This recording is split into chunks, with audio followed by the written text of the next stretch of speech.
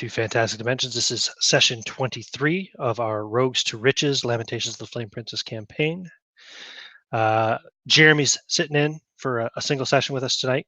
Unfortunately, we had to say goodbye to Jose, who's taken on a full-time job, which will mean he can no longer play with us on Friday nights. So sorry to see you go, Jose, but Jeremy will have to do for tonight, and we'll try to get somebody decent next week, maybe. Yeah, great. So when we left off, it was 4 o'clock in the morning on June the 30th. You guys had gone back, basically loaded up to pursue the job, the rather urgent job that Joop van Ooms had just assigned to you. You're preparing to head to the theater district to try to find some German actor, at least, perhaps an entire German troupe of actors that claim to have a script to his early play, De Koning In Het Geel. I can't really say that very well. The King in Yellow, but in Dutch. Yeah, Joop had told you all that any public performance of this play could result in the unraveling of human civilization. And he has asked you to find the script, eliminate it, and eliminate anyone who knows enough of it to possibly put on a production of it, because it's apocalyptic, end of the world danger type shit, according to the very drunk and very high Mr. Joop van Ooms, who you spoke to less than an hour ago at a massive party at his house. But before we get to you guys, let's work the other guy in here. So, Jeremy, your character's name is Jan Joost van der Meulen, correct? It is. Okay. So, it is approximately 3:30 in the morning on the 30th of June, 1632. Let's see here.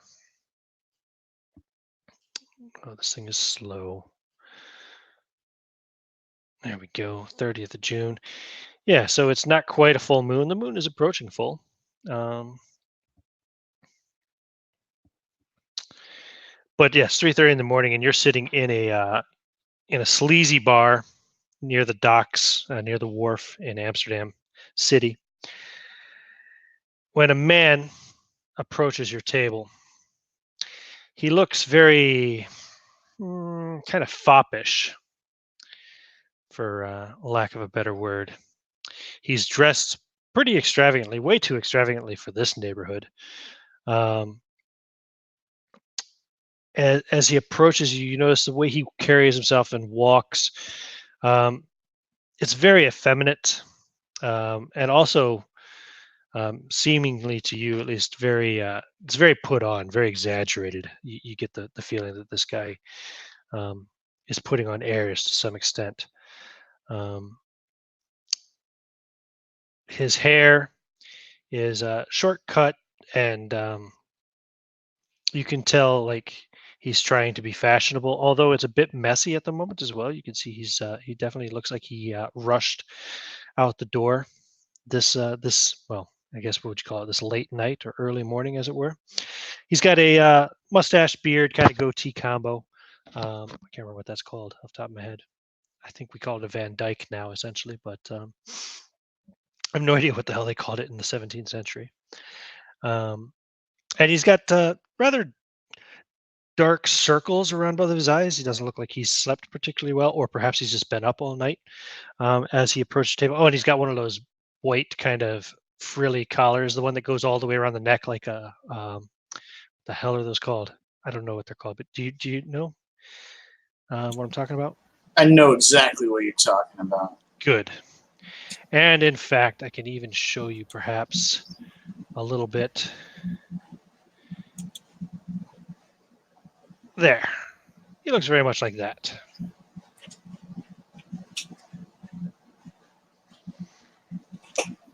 I think I got the right one.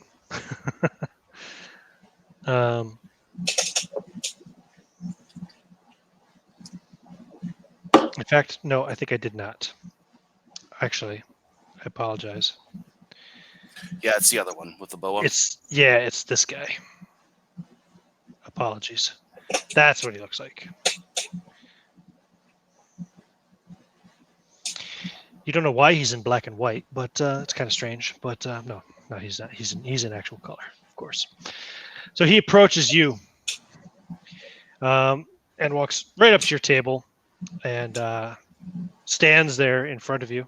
Please give me a description of yourself, how he finds you, what you look like, what you're currently doing at 3:30 in the morning here in the city bar. So I imagine like in the bar, all the candles are kind of burned low, and the fire is kind of at embers. There's not very many people around. Janus sits there in his grubby leather outfit with his high like white but stained with mud. Wait, no, he has boots on. So like very stained with mud boots. He's got this mustache that kind of curls over almost a couple times. Like it's like way too taken care of for how grubby is the rest of his outfit is, and he's got this long black hair. There's definitely like a bunch of like flagons of like empty flagons on his table, and he's just sitting there like singing songs like way too loud for 3:30 in the morning and absolutely completely hammered.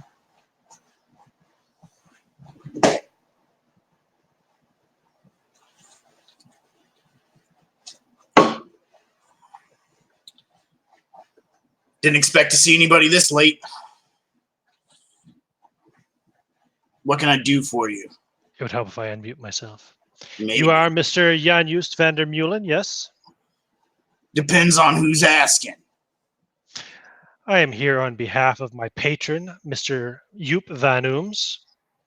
Now, you are native to the area. You're from Amsterdam, yeah? Yeah, you definitely recognize the name. Joop van Ooms is a well-known artist of many fields in the city of Amsterdam. He's one of the probably most influential contemporary artists.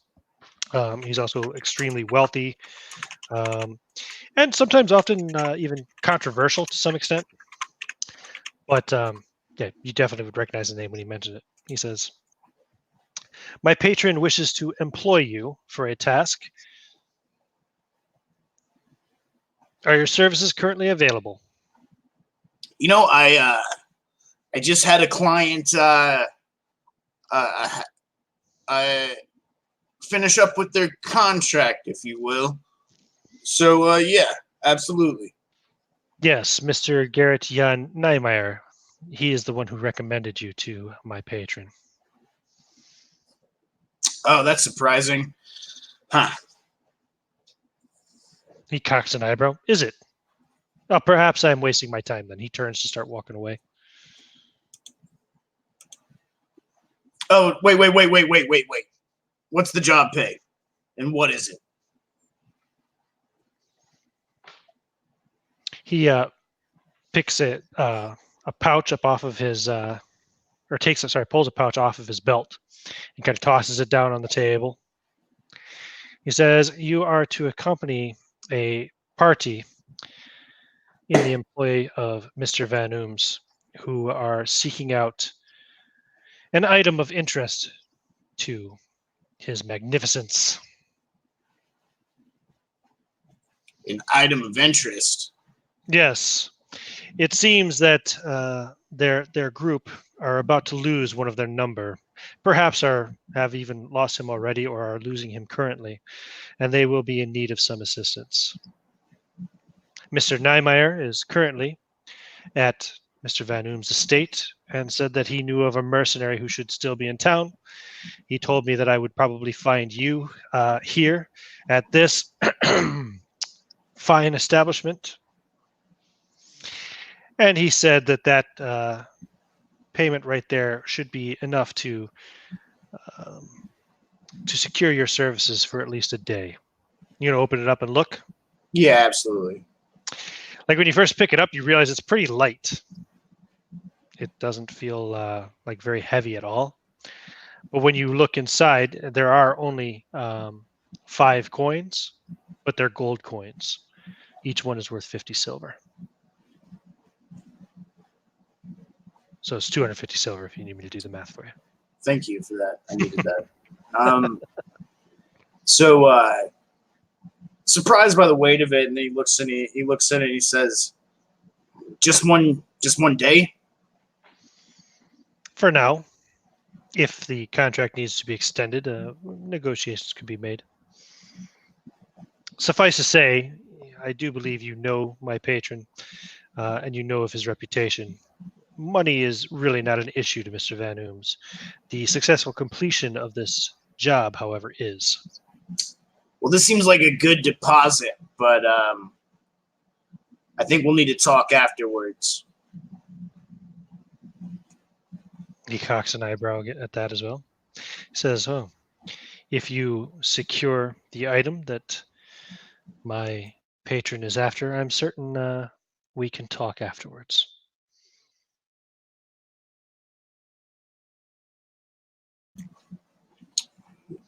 Yeah, You will absolutely. meet them at this address, and he sets a piece of paper down on the table, and then he looks at you. He kind of gives you a once over, looks up and down, says, "You can read, can't you?" Absolutely not. What's your intelligence anyway? It's 10. I don't know if that's You can reading. you can if you want. You need an intelligence of 7 to be able to read. No, I just haven't spent much time with it.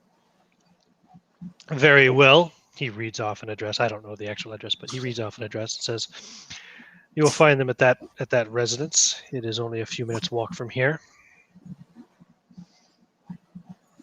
So you want me to go and introduce myself to this party of people? No introduction or anything like that? Bring that piece of paper there, which you cannot read. He points to the one that he's just set down in front of you. He says that will serve as your introduction. It has the seal and name of Mr. Joop van Ooms on it. All right. Am I supposed to go there now? I'm pretty busy. Oh, well, I can find someone else then if that's the case. So I'm supposed to go there now. That's all you had to say. Yes, now. They will be leaving imminently. If you dilly-dally, you may miss them, in which case my employer will be quite put out. That money is nothing to him. However, um, honesty and faithfulness is. Should you not complete the job and run off with his money, well, let's just say he can afford to pay much better men than you, Mr. Dermulin. Now you'll never find a better man than Jan Hughes Vandermeulen. But Perhaps a better bodyguard, but there are definitely better assassins. He smiles but I will evilly. But I will with haste go and meet these people. How many are there, by the way? 3 or 4. 3 soon enough. Yeah. I will go and meet these people. And he Of course, you he can't looks. read, but their names are Rachel Sutton, Antonio Valenti, and Cole Waif. Oh, foreigners? Yes, 2 of them are English and 1 Italian, I believe. I guess. Anything for money, right? All are quite fluent in the Dutch language. You'll have no problem communicating with them. Well, I hope so, because I haven't learned any other languages besides Dutch. Yes, that does not surprise me. Good fortune to you, Mr. Vandermeulen, and I hope to see you with news of your success later on today. Absolutely. Have a good night, buddy. He's really already nice heading meeting towards you. the door. I really enjoyed meeting you. He's out the door. Thanks for coming.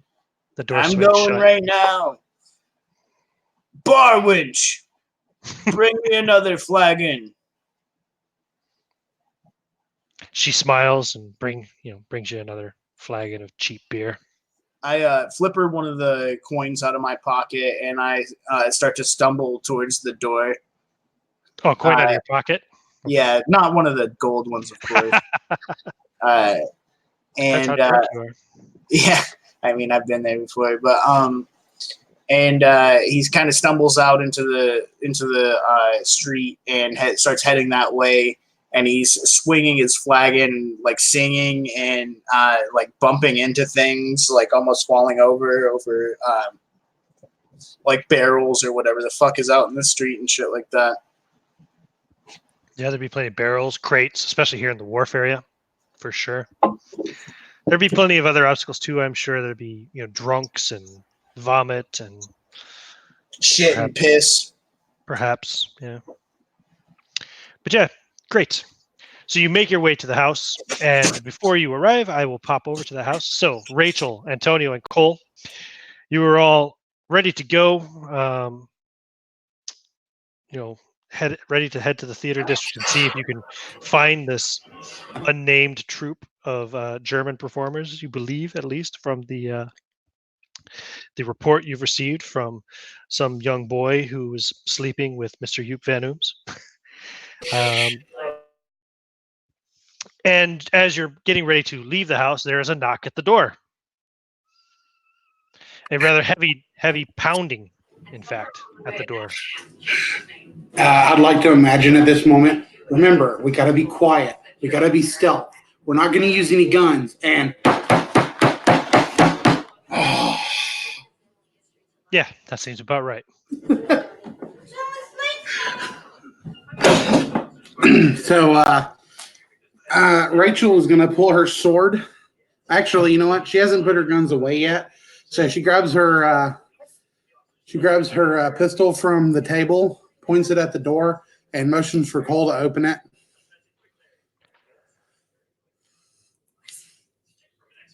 For who to open it?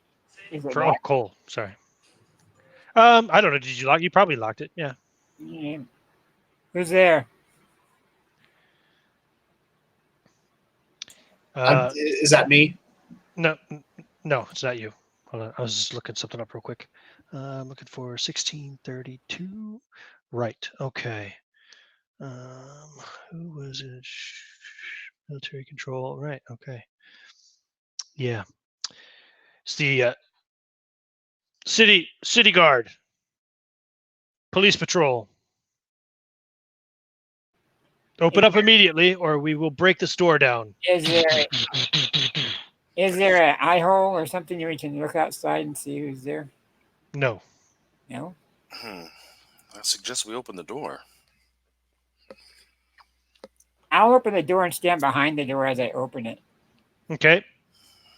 And 6 men, large men, wearing the kind of like, would say, they're probably not wearing metal armor. I'd say it's probably more like a studded leather type armor.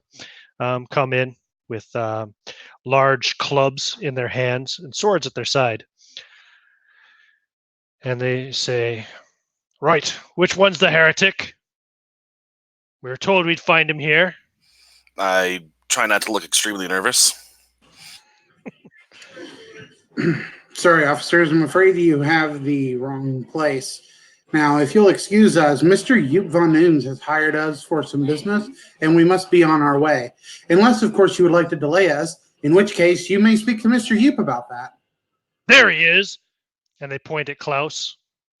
And Klaus turns and tries to run out, and they chase after him. He tries to run out. I don't know where out, but he tries to run back towards the rooms, and they charge in after him. And I get out. Pushing past any of you who may be in the way. They jump on him and they start swinging their clubs, bam, bam, bam, bam, bam, bam, and make pretty quick work of it. He fights back for like 5 seconds before he takes about 3 clubs to the head, and then he goes down in a bloody, unconscious heap. They drag him out, picked him up by the arms and drag him out, feet dragging on the ground, leaving a slight trail of blood, basically from the hallway where all your rooms are, straight all the way out the door. And they don't close the door behind them or anything; they just leave. Well, that was terrifying. Yeah, Rachel closes the door and then just collapses in a heap as she's pretty sure she's about to have a heart attack.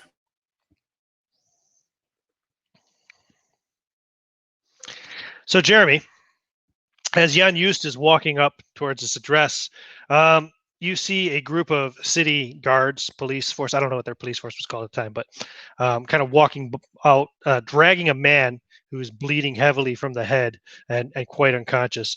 And they kind of walk past you and don't even give you a second look. Well, like as I see this, I'm like, good work, gentlemen, getting the riffraff off our streets. They ignore you and keep going. Must have did something pretty god awful for you guys to work them over like that. Paganism. Oh, what a crime! What a crime! He's to be burned at the stake forthwith.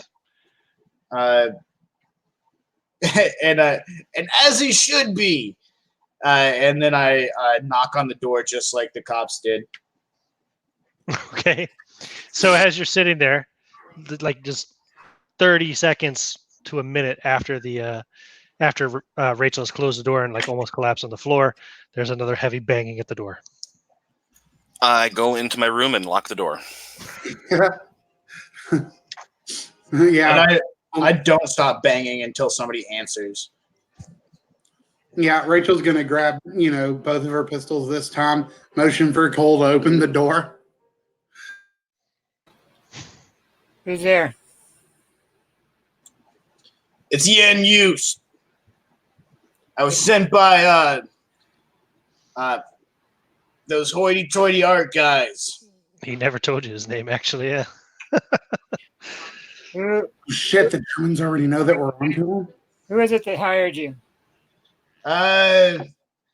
Listen, I can't fucking read, and his name escapes me. Do you have? Do you have any paperwork? I have a piece of paper, yes, and it has things and symbols drawn on it. Very well. I shall open the door enough for you to give us the paper. We'll take a look at it, and if it proves true, then we'll let you in. So I hope you can read because I don't know what that paper says. Yes, I can read. Okay, so Cole, you open the door and take the paper from him? Yes. Close the door back in his face, or? Yeah, I told him I would close it. Okay. Yeah. Yep. So you close the door again. Yeah, it's a contract of temporary employment. 1 day's employment for the fee of 250 silver pieces for one mercenary by the name of Jan Just van der Meulen, known for his what would the word be they use? Known for his oh damn, the word escapes me. Passable bodyguard services to be executed forthwith, accompanying a group employed by the same employer, Mr. Joop van Ooms, for the purpose of obtaining an old script. And it doesn't say much more detail beyond that. Just 24 hours, 250 silver pieces, Mr. Jan Just van der Meulen, to accompany a party in the employment of the same magnificent Joop van Ooms for the retrieval of one play script. I read it out loud to Rachel as I'm reading it in English. And it does have Joop van Ooms' seal in wax on it as well, with his name signed at the bottom. So I think the guy's legitimate, because who would come out and say that they can't read and, all that kind of stuff that he did there? It wasn't just selling to us, if he was an imposter. So, yeah, only a drunken lout like Joop van Ooms would send someone else to join us. All right, I'm going to put my things away. Just let him in, whatever. Okay. I'll open the door. Welcome. My name is Cole. Why, good to meet you, Cole. Very glad, very glad. And what is this place that we're at? Is it like an inn, or is it? No, it's a house. It's a I think you guys have 4 bedrooms. Yeah, it's a decent sized house. So you put the door, as I recall, I don't have the map in front of me. Actually, shit. I wonder if I saved that or where I saved that. What opens into like a living room area? I start looking for I start opening drawers and like cabinets and stuff like that. I'm looking for the liquor. Okay. Do you tell us you're looking for the liquor, or we have to discern that? Yeah. I just like as I'm like looking for this liquor. Yeah. So Mr. Joop van Doom or whatever hired me, and he sent his friend or something, and I'm just pulling, like I said, just looking through everything. I already had like discarded the flagon that I took from the bar earlier, and generally just bull in a china shopping your house. Do you guys have any liquor in the house? I mean, Rachel lives there.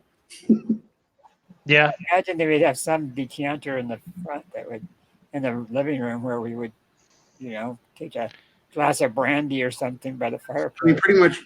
pretty much all Rachel does in her free time is like exercise and drink to forget the past. A great combination, exercise and drink. And what does Rachel drink, generally speaking? I know Cole has a taste for brandy. It would definitely be like strong things like whiskey. Probably like, do they have whiskey back then? Oh yeah, they'd have whiskey, but yeah, it's okay. So you find whiskey, brandy. So I grab the whiskey and I start pouring myself a drink, and Cole, can I get you something? Brandy, whiskey. I don't know what else they have here. Not to Might be be rude, wine. but you need to get yourself on your feet, because we're supposed to be ASAP out there to our patron there that signed your letter. Listen, Jan Hust is a professional before anything else, Cole. Your profession is drinking, or what? I enjoy it, and it enhances my work, but it's not my profession. My profession is guarding people, and I'm really, really mediocre at it. Rachel comes back. So, what mediocre hitman did Von Oom send for us? Are you drinking my fucking whiskey? It seemed as though this was kind of communal whiskey. My name is Jan Hust. It's very nice to meet you. Can I pour you a drink? Look, I don't give a fuck what your name is. All I know is my whiskey better go back in that cabinet, and there better not be a goddamn drop missing. Well, I don't think that I can. And I finish because I had already made my glass. I don't think that I can put any back unless you wait a few hours, and I can guarantee that you won't like the whiskey on the other end. Or maybe, I don't know. This is Amsterdam, so. I'm going to knock on the. How many guys are we supposed to kill again? Like 5? Surely one more is gonna hurt. Cole, you say you're going to knock on Antonio's door? Yeah, I just kind of whispered through the door, say, "You got to come out and see this. It's a little bit of show we got going on." Is it more police? No, just Oh. the opposite. Just the opposite. Oh, fun. I come out. Oh, great. Another person joins the party. Who is this? Who am I honored to meet? Why, you have the honor of meeting Antonio Valente. Does your character look like this profile picture? A little Yeah, I bit. think so. Mm-hmm. Holy shit, this guy is creepy. You guys hang out with this guy?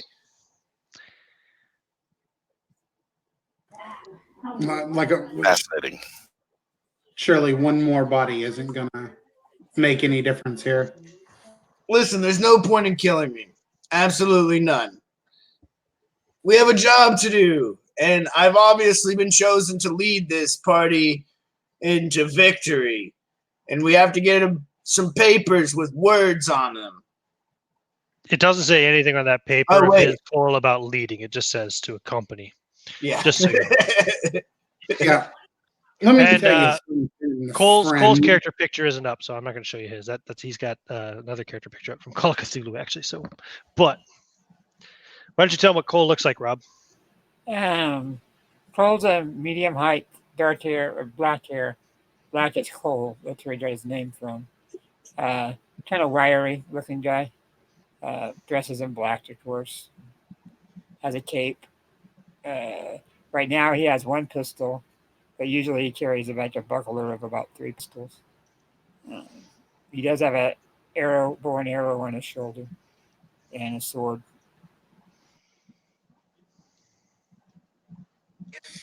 Yeah, let me tell you something, friend. The paper doesn't say anything about you leading. It says you're going to accompany. And if you do anything to get us caught, well, I'll spill your guts on the ground before the police ever get to us. Now, listen, this is my city, and I know it quite well. And Hey, you guys, let's don't have who has the biggest dick. Beg your pardon, madam, but let's not play who has the biggest dick right now. Let's get started. I start to kind of unlace the front of my trousers. Why Oh don't shit, you we're not doing that? Why don't you want to play who has the biggest dick? Is it because you're afraid I'll win? Oh, well, no, I guess not. He just whips his dick out.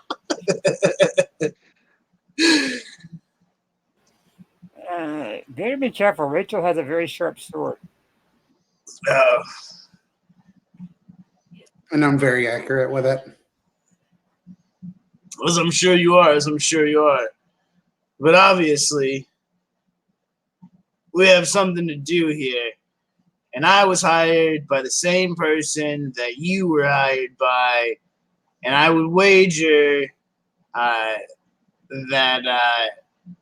he doesn't want any of us to kill any of us.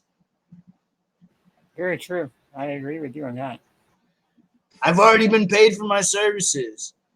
So if you kill me now, you had better assure that you complete the mission.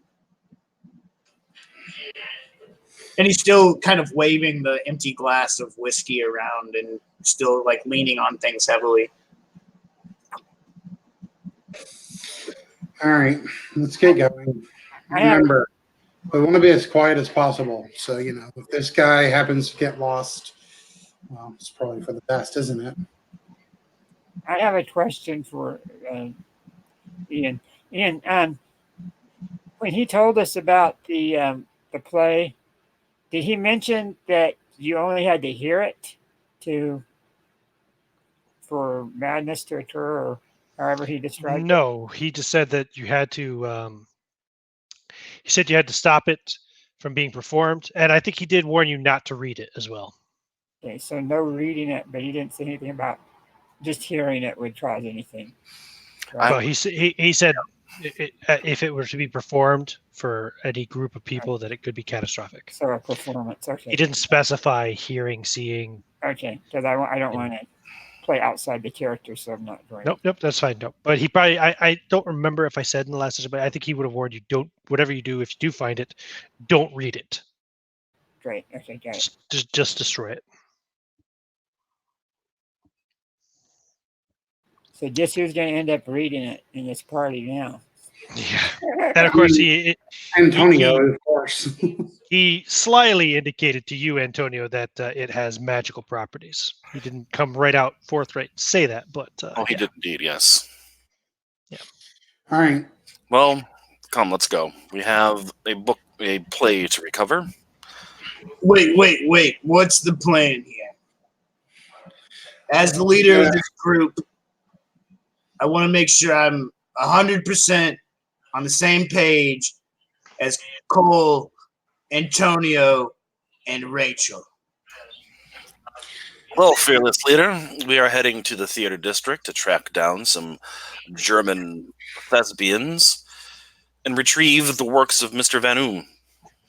And if they resist, and to eliminate them as well, apparently.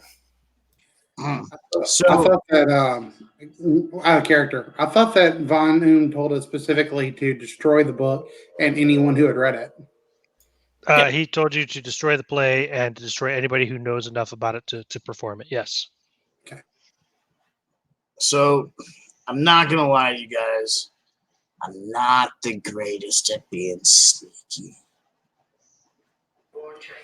But I have another particular set of skills, and that involves not being or making people very upset. I see, and you clearly excel at that. Very good at it, friend. Very good. You are a true leader of that. Listen, you got to know what you're good at and what you're not good at. Very true. Okay, So and how about I and then just not say be this very about it? quiet at all, and you guys do all the being quiet, and I'll make sure that nobody's even paying attention to my friends and employees, Rachel, Antonio, and Cole. I think it's a really bad idea that he knows our names.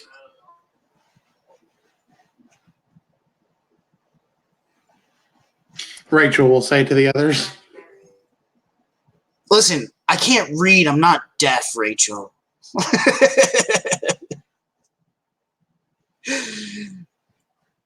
I'm just saying, like, if this guy gets caught, he's going to start naming off people.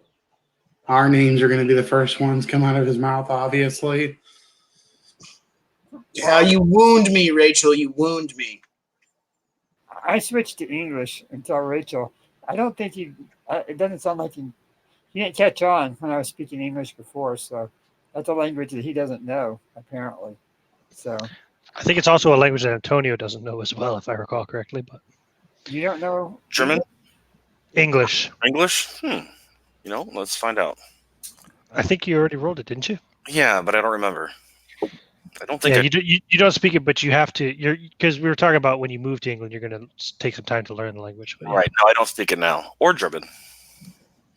You should be, as we're playing, you should learn it because me and Rachel speak it quite often. Yeah, but I mean, like, how much time has passed? A year? No, I'm just saying, slowly he should be able to learn a little bit of Yeah, it. maybe. Yeah. Maybe, like, Words between there, but between breaks, like, could we teach him, like, from now on? Like, between breaks, teach him a little bit along? Actually, we started in October, didn't we? So it's only like 8 months. But yeah, sure, we can work that out later. Okay. But for right now, he doesn't speak English. Okay, that's fine. Yeah, Rachel will just nod. Like Rob said, he's probably picked up a few words here and there, maybe a couple phrases, but yeah, they start speaking in English, Janus. So they're obviously. Well, it's up to you what you think they're saying, but I would say they're obviously trying to obfuscate their conversation from you. You guys are obviously trying to obfuscate your conversation from me.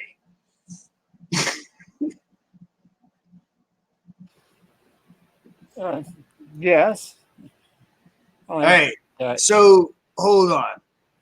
I thought we were just going to get this book thing. We have to kill people now too? Well, I think your papers read like from what I understood that you're supposed to do whatever's necessary to get these papers and destroy them. I'm going to have to renegotiate the contract. I never agreed to kill anybody. From what I read in there, you're supposed to assist us in whatever mission we got going on. Look, you're good at being really loud. So you travel behind us, distract people, make sure we're not seen. We'll do all the killing. Great. I mean, as much as I like killing as much as the next guy. But I've only been paid a certain amount, which did those papers tell you guys how much I was paid? Did they? It does, yeah. It says 250 silver pieces for 1 day, which is actually a lot of money considering you guys are getting paid 600 silver pieces a month. Did you happen to read the clause in the bottom of your contract here? Cole, I cannot read at all. Well, Not- it says you're going to forfeit pieces of that of what you've already been paid. Expect it returned if you do not do certain not abilities, but certain Services. services in this contract. So I'm assuming they paid you in gold coin, right? They paid me in different kinds of coins: gold, silver, platinum. You guys have never seen platinum coins before. You have no idea what he's talking about. You must be drunk. Yeah, Rachel says to Cole in English, like, I've never seen a platinum coin before. And then she'll say back to him and back to Jan used here in Dutch. Yeah, it says here that you're supposed to give us a gold coin each whenever you arrive. Oh, that's weird because I already spent it. Yep, platinum won't even be discovered for more than another 100 years. I'm from the future. Yeah, so she says in English more like, "What the fuck is platinum?" Which, call the guard. Okay, I'm gonna go over to. Platinum. Well, they're So the talking. water clock on the wall says 4:30 a.m. You guys have spent a half an hour here discussing all of this. Yeah, Rachel's walking out of the house. This is the best time for this type of work. Yeah, And I'll clump my way outside with my wooden foot. been gone a long time ago. Okay. Rachel and Antonio walk out the door. As soon as everybody's left the room, I chug as much of Rachel's whiskey as I can before I walk out.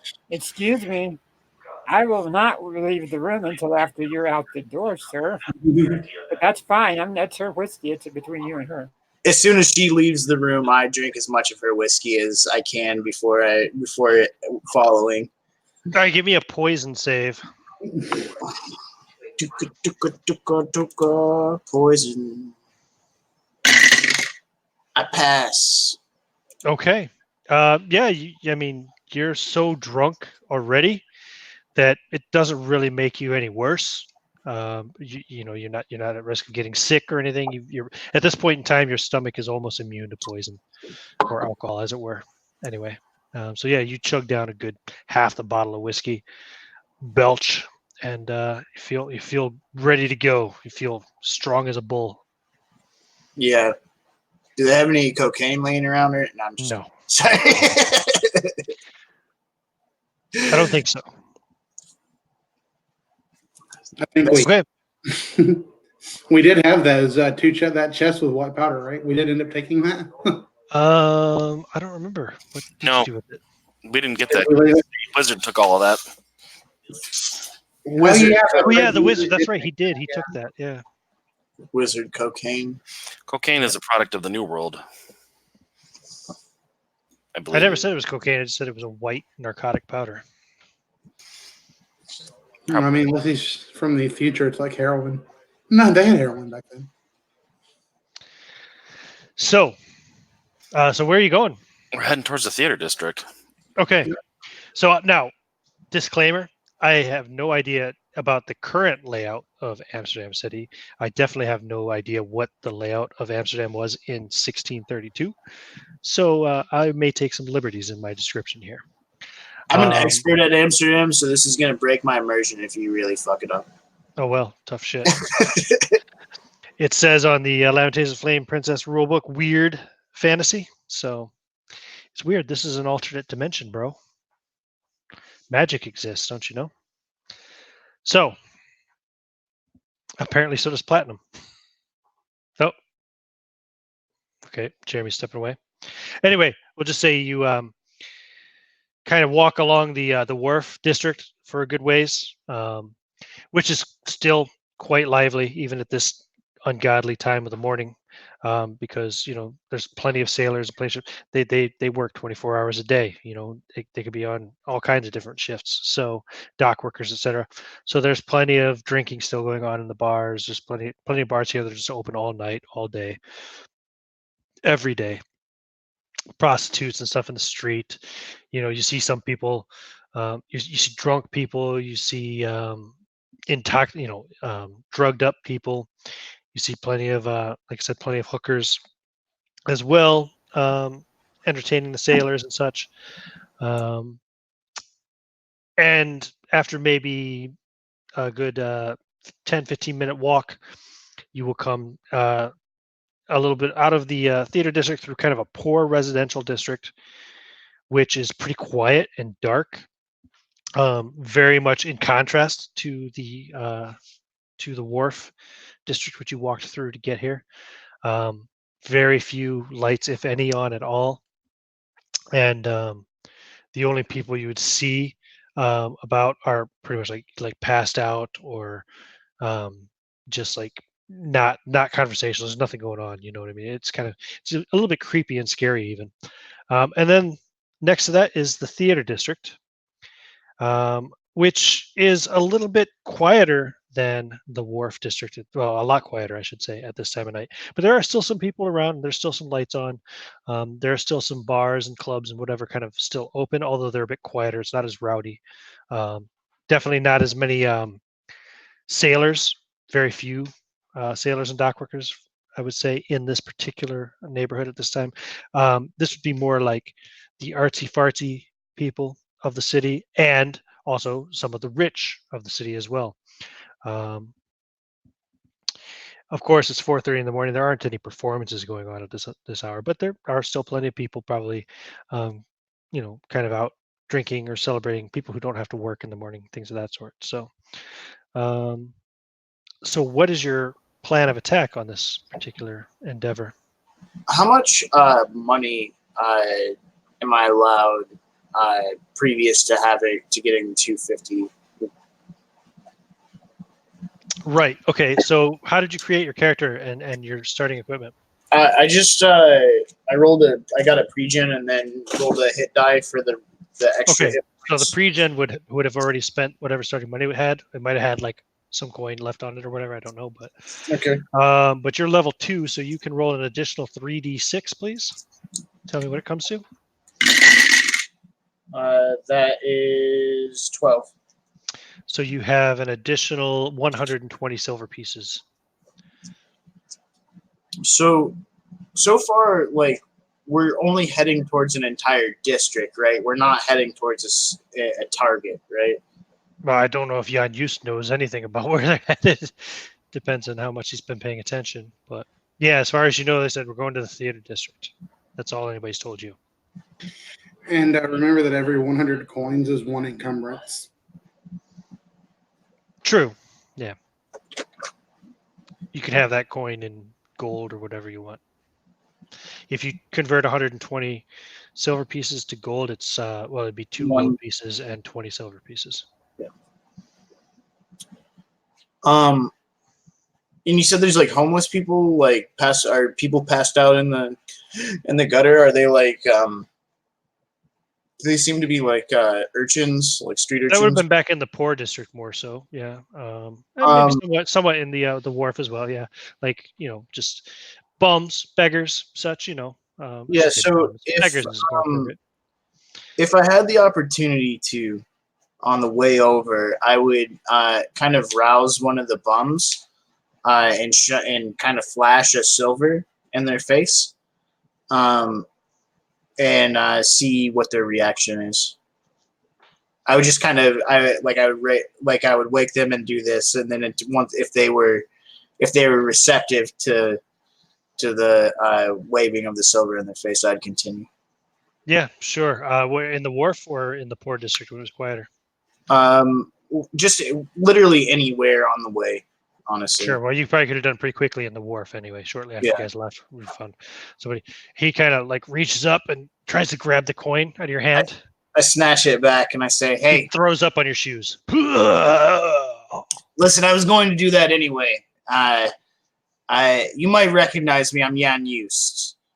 But I was wondering if you'd like to make a little bit of coin.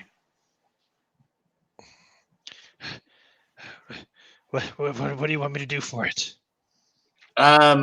Listen, it's not going to be like that. I know life is tough out there. Not sexual at all. I promise. But He looks shocked. He's like, "What? I just asked you what? I didn't say." No, seriously, I promise it's not going to be sexual. Don't worry. That's all. I only get a few drinks for that. I mean, what do you want? I need you to follow me, and then I need you to act like a fucking lunatic when I tell you to. Cole, are you still following? Are you like listening in on all this? I'm watching him. Yeah, Okay, just wasn't sure. I'm standing away from that. So you just want me to follow you, and then when you tell me to, you want me to act like a lunatic. An absolute fucking lunatic. But you need to fucking follow me wherever I tell you to follow me. That's important for this, Silver. For how long? Listen, I'll make it 2 silver if it takes too long. We can negotiate this. I'm not offended by negotiation. He reaches for the silver piece again. I let him have the one. All right, I'll follow you. And like I said, when I tell you to, you need to act like a fucking lunatic. Sure. Yeah, I think I can handle that. Is he particularly like?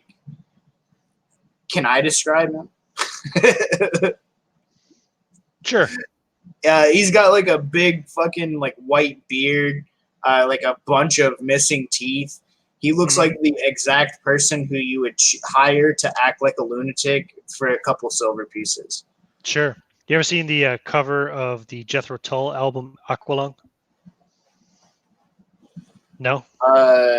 Yes, but no. He looks like that.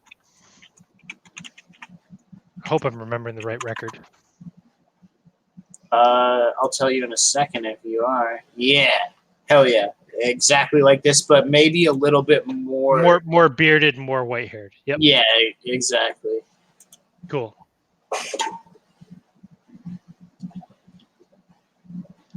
Sounds good. So that plus a little Manson. Yeah. Yep. Exactly. And less teeth than either of those people. Right, of course. Okay. What's your name? What's your name, by the way, friend?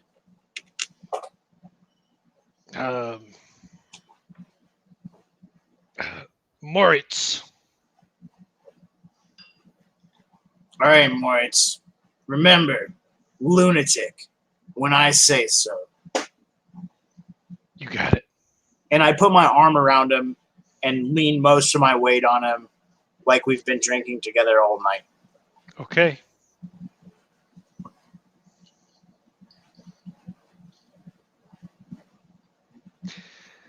So if Rachel or Antonio happen to look back at any point before you get to the poor district or even after, you will notice that Jan Just is now walking with a bum, apparently, a homeless person, seemingly. A beggar, sorry, to use a more period-appropriate term. I turn to Rachel and I say, well, looks like he's found his companion for the evening. I swear he's going to get us caught. Well, if he's as loud as he has been, we can run away in the confusion. The image of Klaus's limp, bleeding body being dragged out of your house half an hour ago kind of flashes across your memory when she says caught, Antonio. Yeah, let's not let that happen. Yeah, I agree. All right, so we're continuing where we need to be. And I guess when we get towards like the poor district, or not the poor district, or I mean, where the theater district is, or what? Yeah, you're going to the theater district. That's just you basically have to take. You're walking along the wharfs, and then you got to take a short jaunt through this kind of poor neighborhood of residential kind of places um, before you reach the theater district. Keep your eyes open. Don't want to get stabbed out here.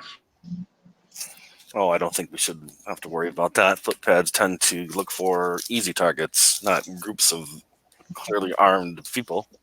Exactly. You guys look to be Uh, probably just about the most dangerous people on the street right now that aren't wearing a city guard uniform. Rachel kind of eyes your leg. Yeah, desperate people. Right. Oh, right. Yeah, he's got a wooden leg. I forgot about that. Yep. I was thinking, whoa, that got weird. Yeah, that's right. Yeah, Antonio does have a wooden leg. You probably would have noticed that, Jan Just. Yeah, I'm not as fast as everyone else when it comes to clomping along. Well, and I'd like to also, like, while we're walking, I feel like Jan Use probably is a lot more useful than he seems, right? So I hope he has so. he has like a really good eye on where the rest of the party is, but he also is kind of hanging back and not acting like he's walking with the rest of them. He's following them, but not Okay. but not super closely. What about you, Cole? Where would you position yourself then? I imagine Rachel and Antonio walking up a front, kind of side by side, talking as they walk. Jan Just is hanging back a ways with this hobo guy, arm around him, talking to him. Where would Cole want to be? Back from them to Even further back? to appear to be a loner. Okay. Just kind of. So you're keeping an eye kind of on Jan Just and Just his new companion. in case he Okay. to the rear. Suddenly, assassin runs from the alley. No. You haven't seen that assassin for a long time. I don't remember what month that happened in, but it's been many months. Yeah, that was more than half a year ago. There you go. Okay. So once you get to the theater district, what's your plan? What are you gonna do?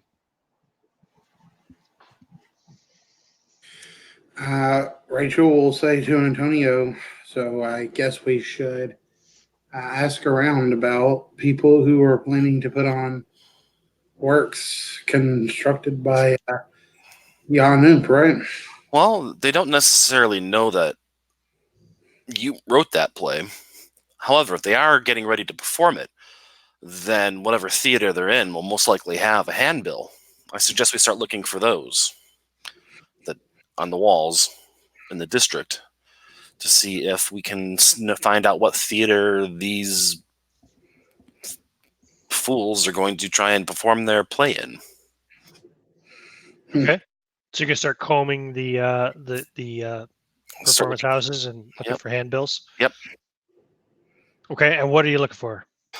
Something looking for the King in Yellow or whatever it would be. However, it was. Well, it's I read Dutch, so. De Koning In Het Geel.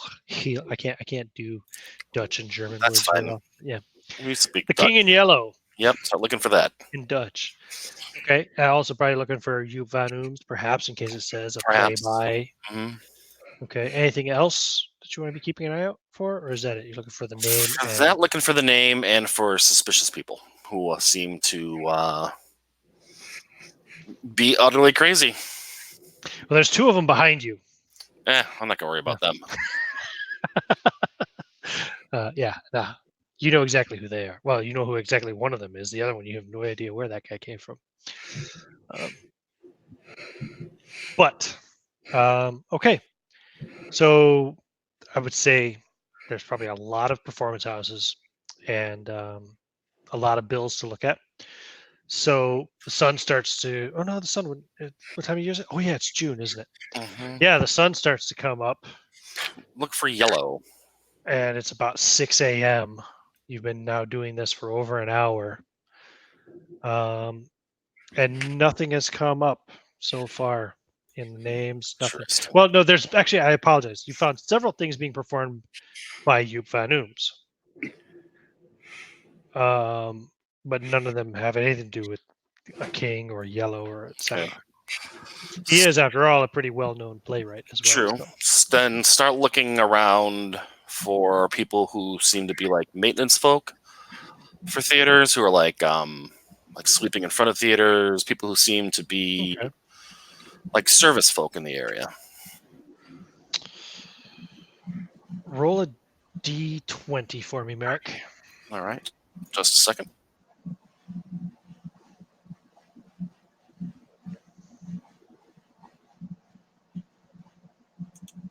Let's see here.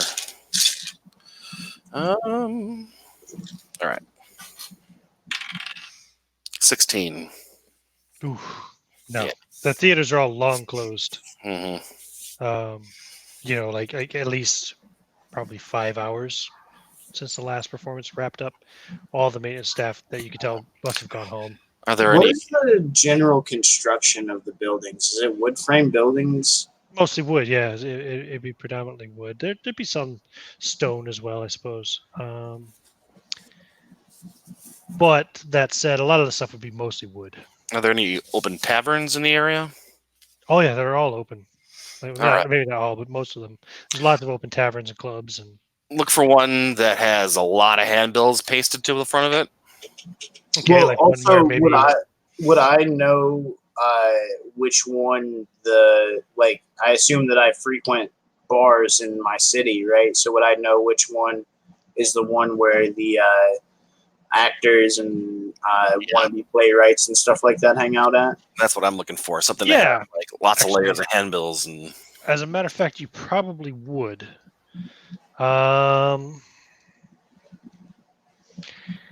You probably would, although it wouldn't be one that you would frequent. I don't think yourself, not being the probably the theater type. I would imagine Yanus, but you would definitely know where that type all hang out.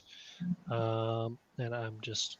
I think that actually I would be pretty into the theater, seeing perfect. as I can't read or any of this. The only way I get stories Okay. is for somebody to Sure. tell me, All right. right? Yeah, there is one that you know of, where a lot of actors and just theater people in general, not just actors, but people who work the shows, the stage people and the costumers and everything hang out at. It's called the Faraway Parrots. So, I'm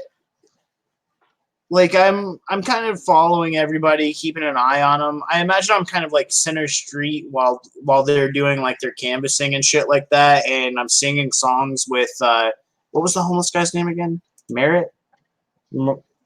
Moritz. Moritz. So I'm gonna write things down like a good. Moritz is spelled Maurits. I'm probably pronouncing it wrong, but Moritz. All right, so I just take Moritz or Moritz or whatever to that bar, and I set him down somewhere, and then I hail over some wenches to get us some flagons of ale. Okay. Sounds good. So you guys will see him walk right in there. And you do see lots of handbills stuck to the notice board out on the front of this building. Okay. Antonio? Give them a moment to get in there and then follow in after a minute or two. Okay. How many It is people are in packed. It is packed. Awesome. Jeremy, what's your lowest stat for Jan Just? My lowest stat appears to be dexterity. And what is it?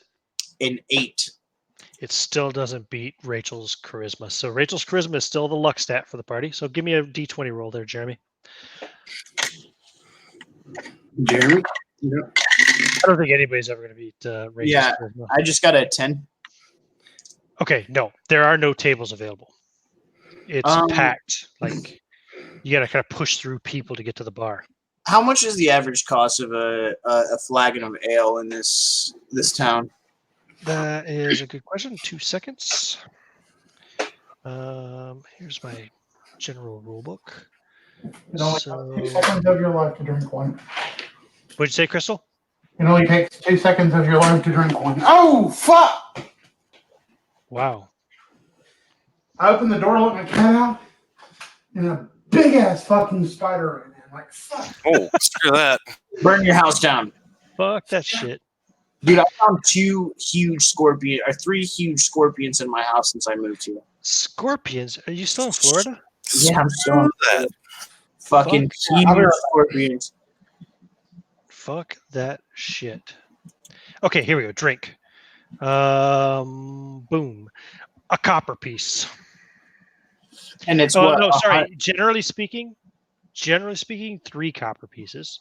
So it's what? But in 100? this place, it's 1 copper piece. And that's one of the reasons why it's packed. Is it 50 or 100 copper pieces to a silver? It's 10 copper pieces to a silver. All right.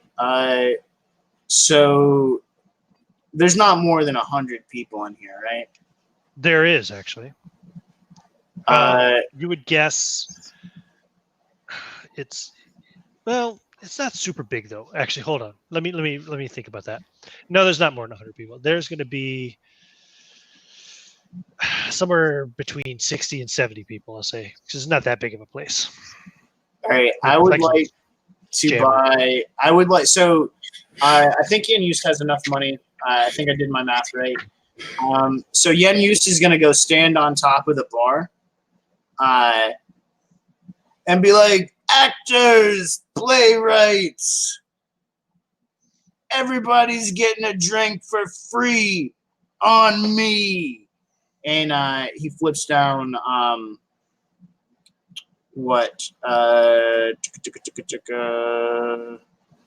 however much silver, and if I need to throw a gold piece down there, The bartender looks up at you and he says, "You got enough coin to cover that?"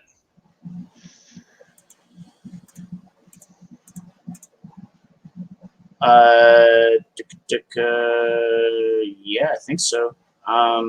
It's 210 copper. Oh no. Like I said, it's about a copper piece per person in this bar. That's one of the reasons why this bar's packed. It's frequented by the artsy types because it's cheap. Okay. So he says, "Look, I don't know how much it's gonna be until my girls come back and give me the tallies, but why don't we just make a deal and call it even, bud? You got like 10 silver." Hell yeah, I got 10 silver, and All right, I'll give you the change after the tally is done. He coughs it up. Like, what's the reaction of the crowd whenever he says, like, the next round's on me? Good question. Roll a d20. What's your charisma? If I'm rolling under my charisma, I definitely didn't get it because I rolled an 18. Whew. They're kind of like, yeah, okay, yeah, great, free drink, woohoo! But they don't get super excited or anything like that. Maybe they don't even believe you. And I'm like, no, seriously, free drinks on me. And like, I'm hoping that somebody kind of scoots out of their seat so I can take their table. The bartender starts setting up shot glasses. Yeah, something, small glasses, whatever, and pouring in schnapps. And once a tray is full of shots of schnapps, he hands it to one of the barmaids who takes it around and start giving it to everybody. He counts them as he sends them out. I have a question. And around this time, the others probably walk in. Yeah, go ahead, Cole. Hey. All right, go ahead, Rob. Since we've lived here so long, or kind of long. Yeah, you've been living here like 8 months or something, though, right? Yeah. So we probably walked around.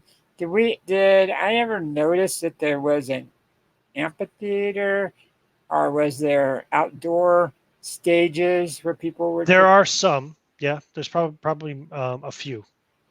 Okay. Not like massive, like amphitheater, maybe not, but there'd be plenty of outdoor performance areas for sure.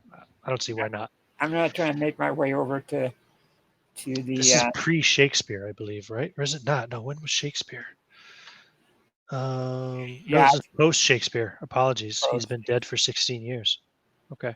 I'm gonna go over to where Antonio and I'm guessing Rachel's probably sitting at the same place. I don't know if Jan is. There's nowhere to sit. Okay, well, wherever they're standing then. Okay. I'll kind of tell them. Jan is over by the bar now. So give me another D20 roll one more time as well, Jeremy. Did you say your lowest stat was an 8 or 9? Yeah, I got a 17 if I'm rolling under. Okay, yeah, you don't get any seats. But somebody makes just enough room for you to stand by the bar, because the bartender said he was going to give you change after all the drinks were tallied. And if I see if I see the rest of the party come in, I'll kind of beckon them over. Okay. Your homeless buddy's standing right next to you, and now that you're in here, he doesn't seem to smell quite as bad because the whole place kind of smells of sweat. And I make It kind of covers up the stale puke smell beer he had and on himself. tobacco and all kinds of fun things. Sure. Yeah.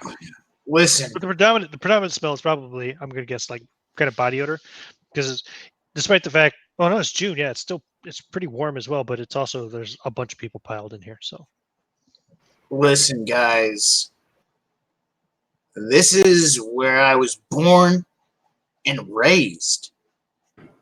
And I love the theater. This is the heart of the theater district right here. If anybody knows what we're after, it's going to be here. Yeah, Rachel doesn't do well in crowds, so she's going to wait outside for everyone else. oh, you're going to go back outside, not too happy with the crowd of people. Well, Rachel would never even gone into the crowd of people to begin with. She doesn't do well in crowds. Fair enough. She didn't get past the door. Makes sense. Like maybe open the door and then was like, "Fuck this." Pretty much would have been Rachel. So, Jan, I can't whisper to you. Rob can't whisper to you. Probably won't hear me. Try to make it private. See if you can find out if there's any plays or performances scheduled for an outdoor showing. It's just an outdoor showing. That's it. Basically, to start off with, yeah. Is that really all we know?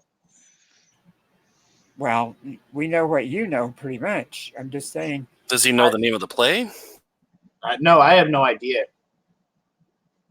But he doesn't even know he's looking for a play. He said a book or something. I don't think it'd do any good to tell him because he's so drunk he'll probably forget in 5 minutes anyway. So. And this is real life too, by the way. I'm getting there. Just. Sure. I'm going to look through the crowd. I'm sure that it's mostly groups of people, but is there someone who seems to just be like kind of sitting around and studying the crowd like a playwright would do? Someone, I don't know. I'm looking for someone on their own that I could talk to. Does anybody look really jealous? Jealous? Yeah. Like. No. Merrick, give me a D20 roll. All right, let's see here. 8. And what's your lowest stat for Antonio? His lowest stat, I think, is a 10. Okay, you find one guy who doesn't seem to be with anybody, talking to anybody, whatever. He's just he has a glass of wine, and he's kind of in a corner, kind of at a table with several other people who are all talking, but he's not talking to any of them. And he has a piece of like, what do you have?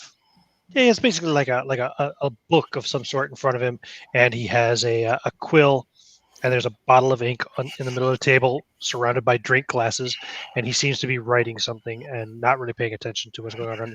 The waitress comes over, offering the free schnapps, and he passes. He turns it away. Okay. Do I wonder how long does this last? Duration. Let's see here.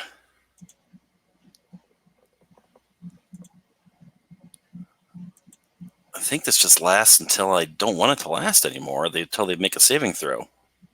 Charm person. Oh, let's see. I'm reading through it, and it says duration, see below. So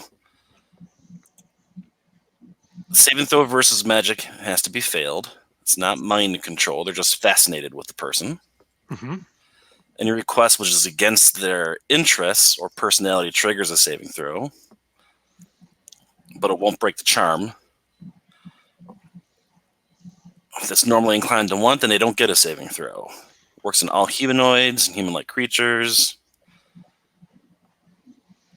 Mm-hmm. If I do something, if I ask them, or if I try to do anything like murderous or murderous Any violence, request which is against Mm-hmm. any request which is not against their interest or personality followed. Any request which is against their interests or personality triggers a saving throw. Yeah, that's it. All right. So it seems to just last until it ever.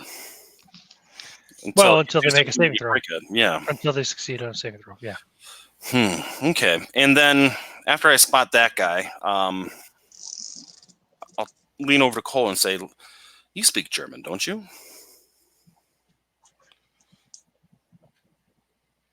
Me? No, I don't speak German. No, Cole. Oh, Cole. Do you speak German? Cole might be away. Cole doesn't speak German either. Cole does not speak German. He does not. Does Rachel speak German? Rachel speaks German. You've heard her speak German before. I have heard her speak German. She's outside though. She's outside. She's waiting on you guys to come. Would we recognize, even if we don't speak it, we could recognize her, right? Yeah, probably. Cole, see if you can hear any group of folks speaking in German.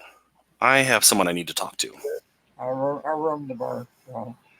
And then I lean over to the bartender and I like bring him over, wave him over. Yeah. I say, "Excuse me, that gentleman in the corner there with the book," and I slide a silver across the table towards him. What's his name? He looks over. And he says, yes. What is his name? He looks at the silver piece, puts his finger on it, slides it over, and palms it. Sebrin, I believe. Yes, Sebrin Rumpole. He's an aspiring playwright, I believe. Judging by his bar tab, I would say he's quite the failure. Oh, well, too bad for him. Well, maybe he has promise. Am I I'll privy just to put this this. I'll conversation? just put this coin towards his tab. Oh no. Then he only owes me another 8.5 silver. No, keep that for yourself. No, I'm not paying this man's debt. I just wish to know his name. Am I privy to this conversation, or am I not? Are we still in the same vicinity as each other? Yeah, you're definitely, because he's at the bar. Yep. So you think he might be jealous of the bigger names out there, man? Well, I think everyone has a bit of jealousy in their heart for those who are more accomplished than them. It's what drives some to success and others to utter failure.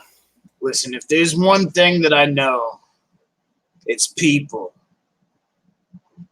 And I guarantee he doesn't like our boss.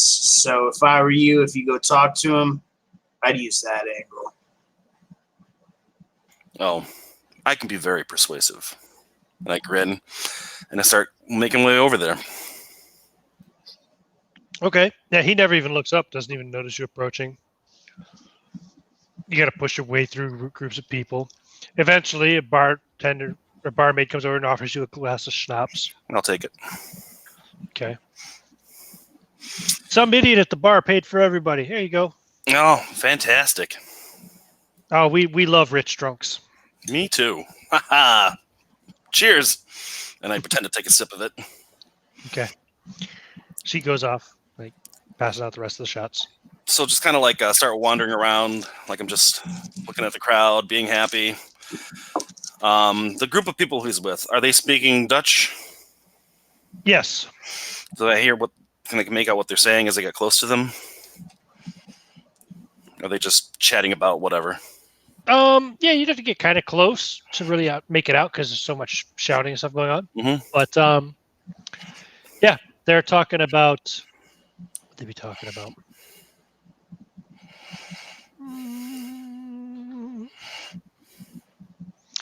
Actually, ironically, they're talking about the current war, and they're talking about the potential for a united Netherlands when the Spanish can be run out and the Dutch can properly rule the entire country on their own without the Spanish influence. Interesting. Sounds like what hipsters or excuse me, actors would be chatting about. Yeah, give me an intelligence roll. All right. Oh yeah, I made that. They are just like they're putting on airs. They have no idea what the hell they're talking about. You can tell that neither one of them has probably ever been in a fight in their life. Neither one of them seems to know anything about, the politics of the whole thing. You know what I mean? They're just they're just idealists. Right. Got it. Okay. So I am going to play up the fact that I have a wooden leg at this point, and I'm going to work my way. Is he right in the corner, or like is he like in a path where people would walk past? He is right in the corner. Yes. Okay. So I am going to start limping rather more. Like I'm making my way. Is he by the probably not too hard. Is he by the windows or? Yeah, there's a window near him. Yes. Is there like a ledge that someone could sit on at the window? Yes. In fact, there are already 3 people sitting on it. Okay, so I'm just going to make my way over towards that way and then let my foot catch on someone's chair. And then I'm going to stumble forward and drop my drink on his lap. Okay, no problem.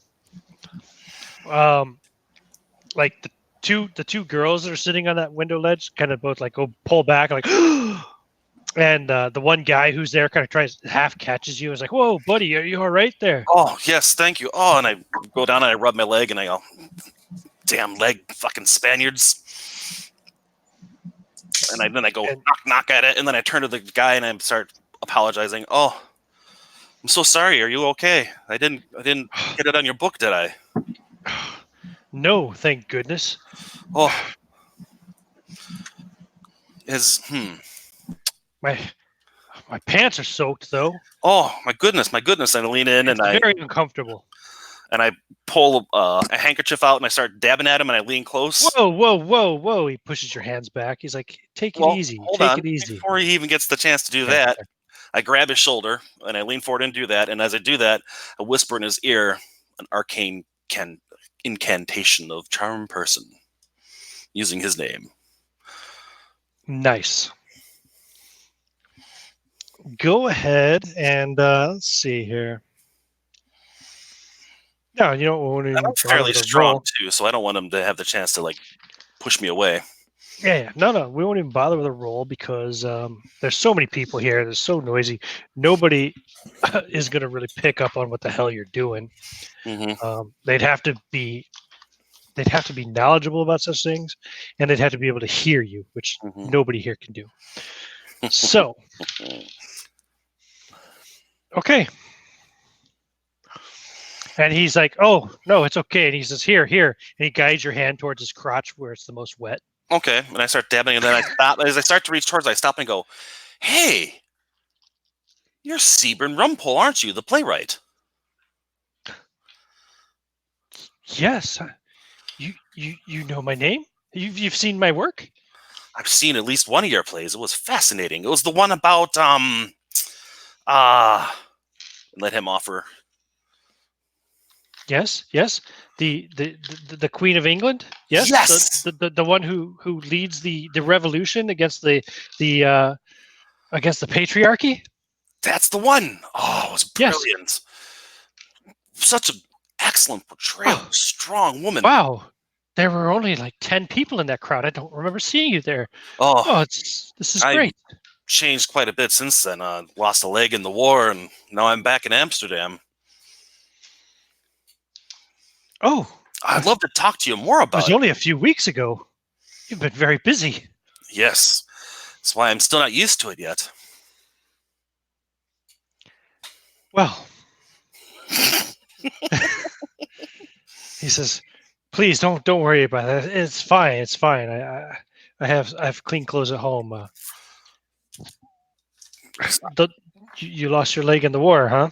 Oh, indeed. It was a terrible thing. Terrible thing. But hey, it got me out of It's the a fighting. dastardly business, but Indeed it is. But it got me out of the fighting, and now I'm back to enjoy the city and the multitude of theater that happens here, rather than having to shove my spear at men on the battlefield.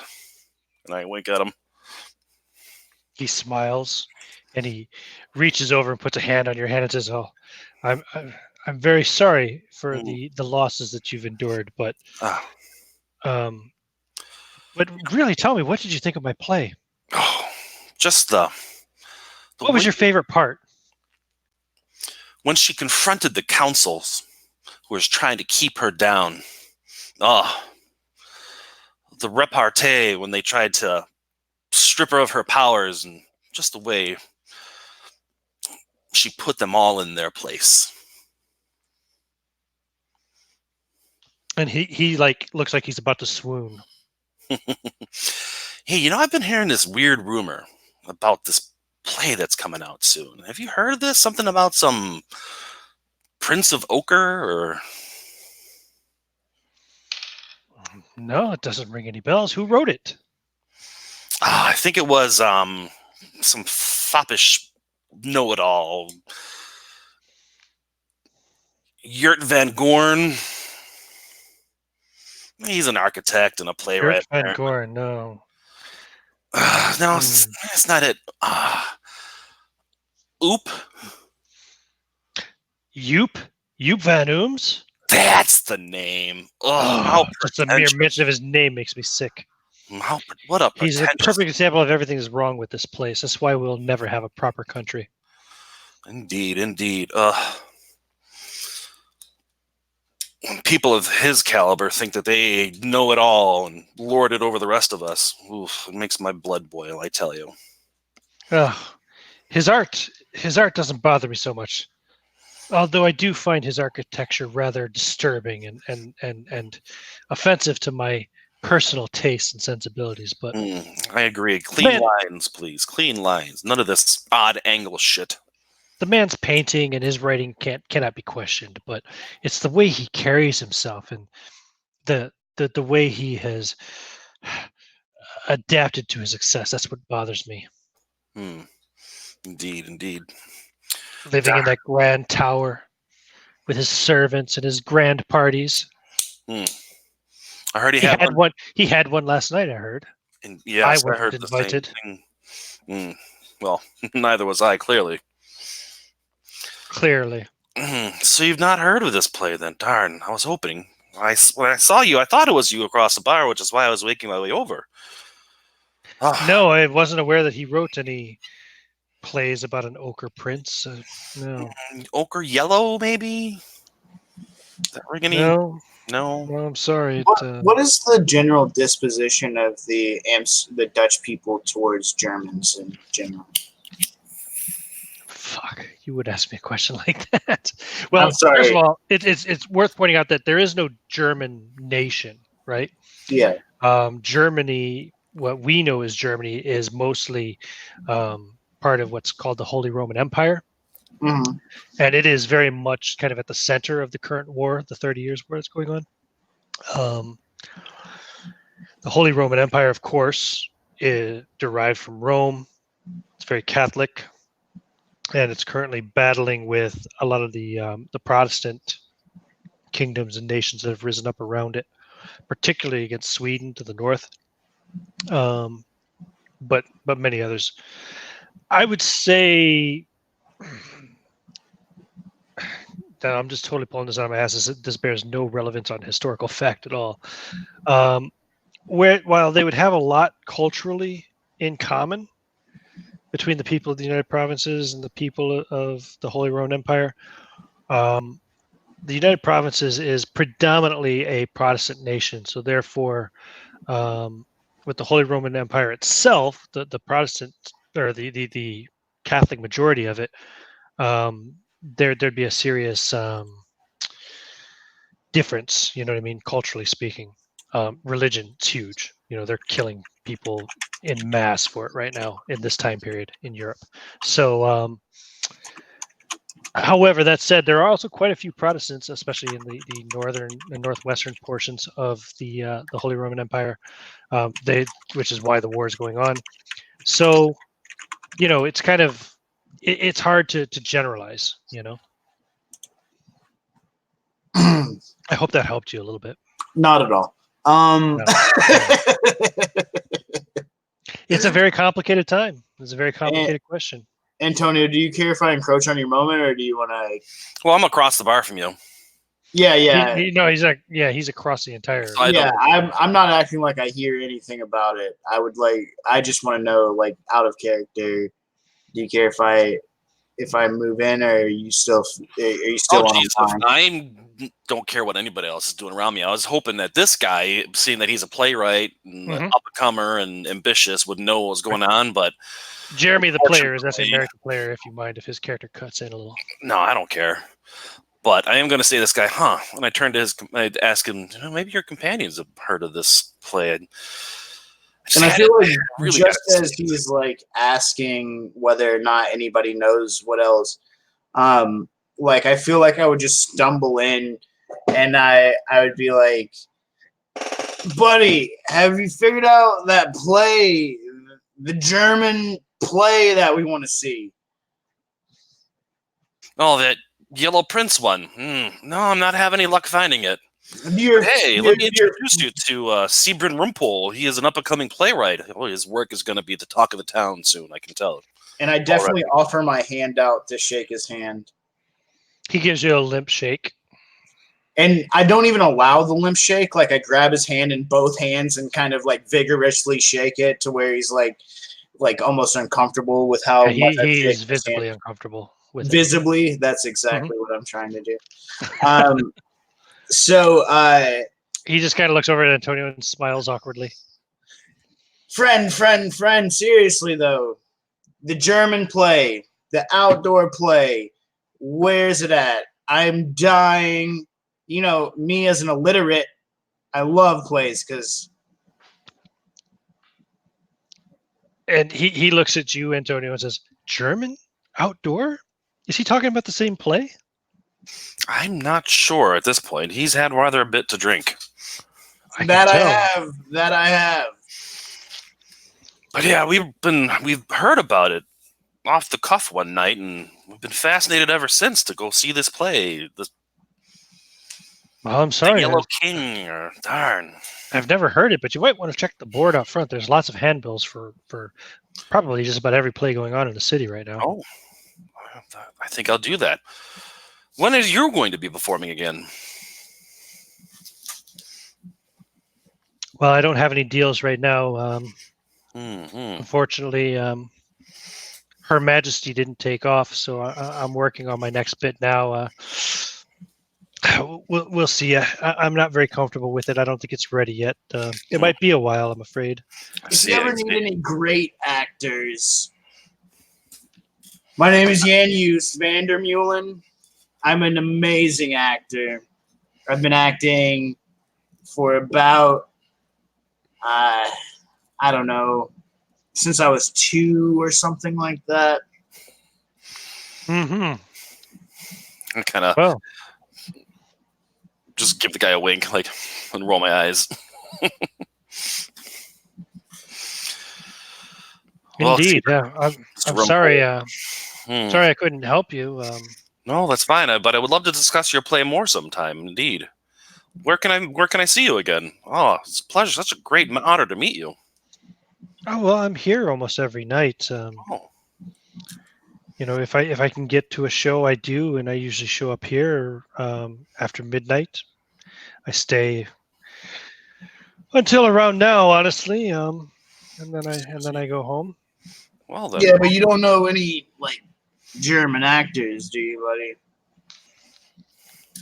German actors. Oh, I've known a few. I've met a handful over the years. Yeah, apparently it's being run. The play is going to be performed by a troupe of them. There's like 5 men or some such. I don't know. It's been a Yeah, half trying to find this thing. me and my friend like to go to Joop van Ooms shows and just like make fun of them. Like, Well, we don't try not to See. disturb the performance itself, but it's so fun to pick them apart after. yeah. There was a group here recently. Yeah, so there was a German troupe recently here. Where were they from? I want to say they were from Cologne, I believe. I look inquisitively at Antonio. Cologne. That might Yes. be them. Well, where would they be now, do you think? I'm I imagine trying to think. a man of your stature would know quite a lot about what's going on here. Where was it they were playing? No, it wasn't that. What was it? They were playing it.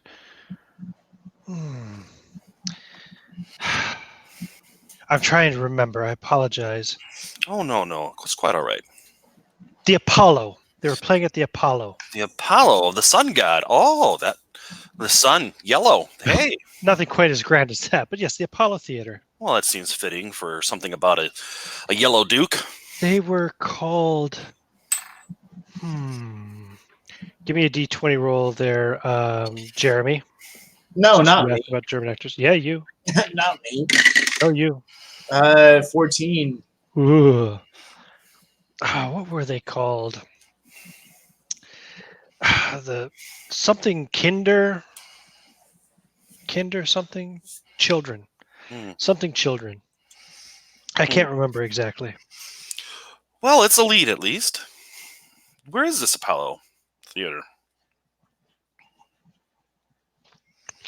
Well, if you leave from here, turn left, go down 2 blocks, and make a right, and walk down almost all the way to the almost all the way back down to the canal. It's right there. The Apollo Theater. You can't miss it. Wonderful, Mr. Rumpel. I gotta say, It's not a very big place, but it's packed almost every night. fantastic. I'd love to put on a show there. I'd be happy if I could get 100 people in a seat every night. If like the people boo a lot, do they pull them off stage? It's nothing quite as rough as that. We try to keep it civilized here. Mr. Rumpel, I must say again, it has been an honor to meet you.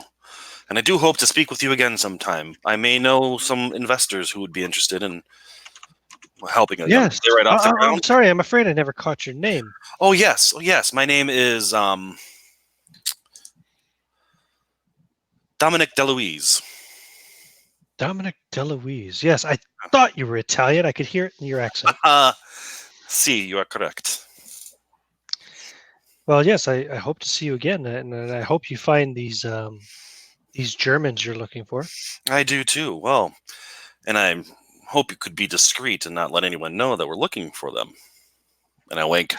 Of course. And I shake his hand. Such a great man. He blushes and smiles. And then I give him a little wink and I walk away. And I signal to Cole. Head out the door. So, Cole, you were walking around the crowd doing what now? You told me to go around and see if anybody spoke German. Right. Oh, nope. Unfortunately, everybody here seems to be speaking in Dutch. Even the handful of foreigners that you find, they're all speaking in broken Dutch. But yeah, you didn't pick up on anybody who seemed particularly to be German or Germanesque to you. So I was probably waiting by the door whenever they got through with what they were doing. Okay. And then whenever I realized that me buying a drink didn't do any good information-wise, I start asking everybody for my money back, but not the barkeeps, the general crowd. How do you do that? I just the bro-ish way possible, right? So just like, hey, Give me an example, bro.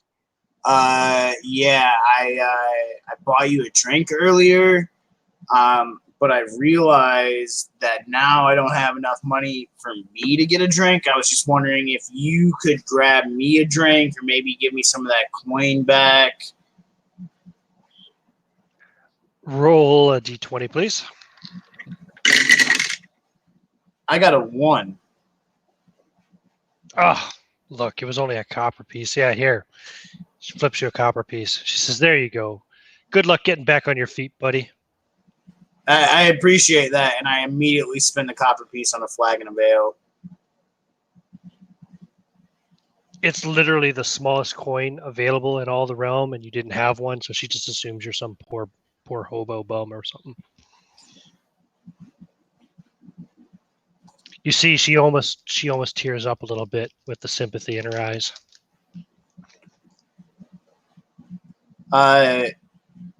Yeah, I asked her if she knows any German actors. No, I'm sorry, I don't. What about like the Kinder something? No, never heard of him. No, they must suck. All right, thanks anyway. Actually give me a d20 roll. We'll call it wisdom. Hell yeah, I retired that other dice, a 5, and that definitely passes. My low skill is a 10, I think. You And hear it- her friend say, "Oh, you were so kind to that man." She says, "Yes, I feel very. I have a lot of sympathy for the intellectually disadvantaged. He was clearly retarded." That I am, my lady, that I am. And don't you forget it. Remember that name, Jan Joost Vandermeuwen, the retard. Oh, there goes monetization for this video. I'm sorry.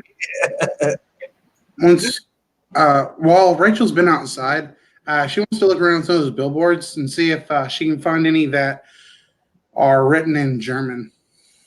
Period. Like about. Okay. You definitely don't find any that are written in German. But do you speak German? I do. Okay. You do find one that is for a company with a German name that are putting on a play. In fact, so I mean, it's like, I guess the name is in German, but the rest of the handbill is all in Dutch, right? The name of the company that you find is Kinder Kinder des Mundes. I may have butchered that too. I'm just asking Google Translate how to say it. Kinder des Mundes, Mondes, which means children of the moon. And they were putting on a play, which I'll tell you in 2 seconds. Hold on a second here.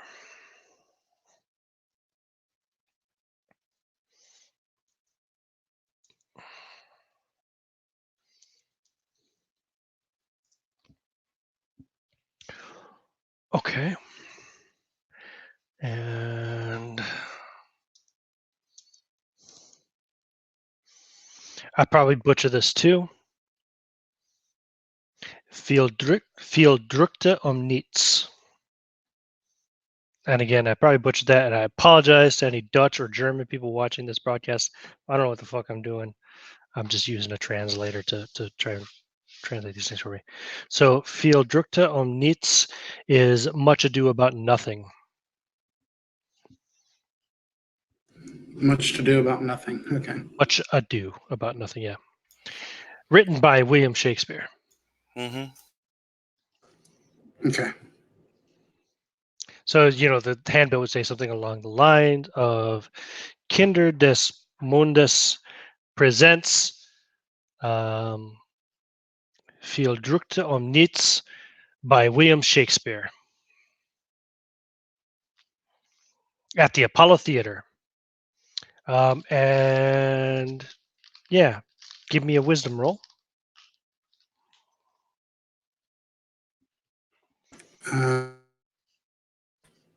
Okay. Let's roll d20. Tell me if you roll equal to or under Yeah. your wisdom. No problem. Sorry, I had to get my thing. No problem. 6, and I have a 9. Yeah. Yeah. You realize that the last date of performance was 3 days ago. Okay. She slides that into her belt pouch as she's waiting for her friends to come. And Okay. other than that, she's just kind of walking around, just sort of, you know, They've been in and talking to so many people. I mean, you'll have that well before they come back out. yeah, probably looking suspicious in her chainmail with her sword and short bow.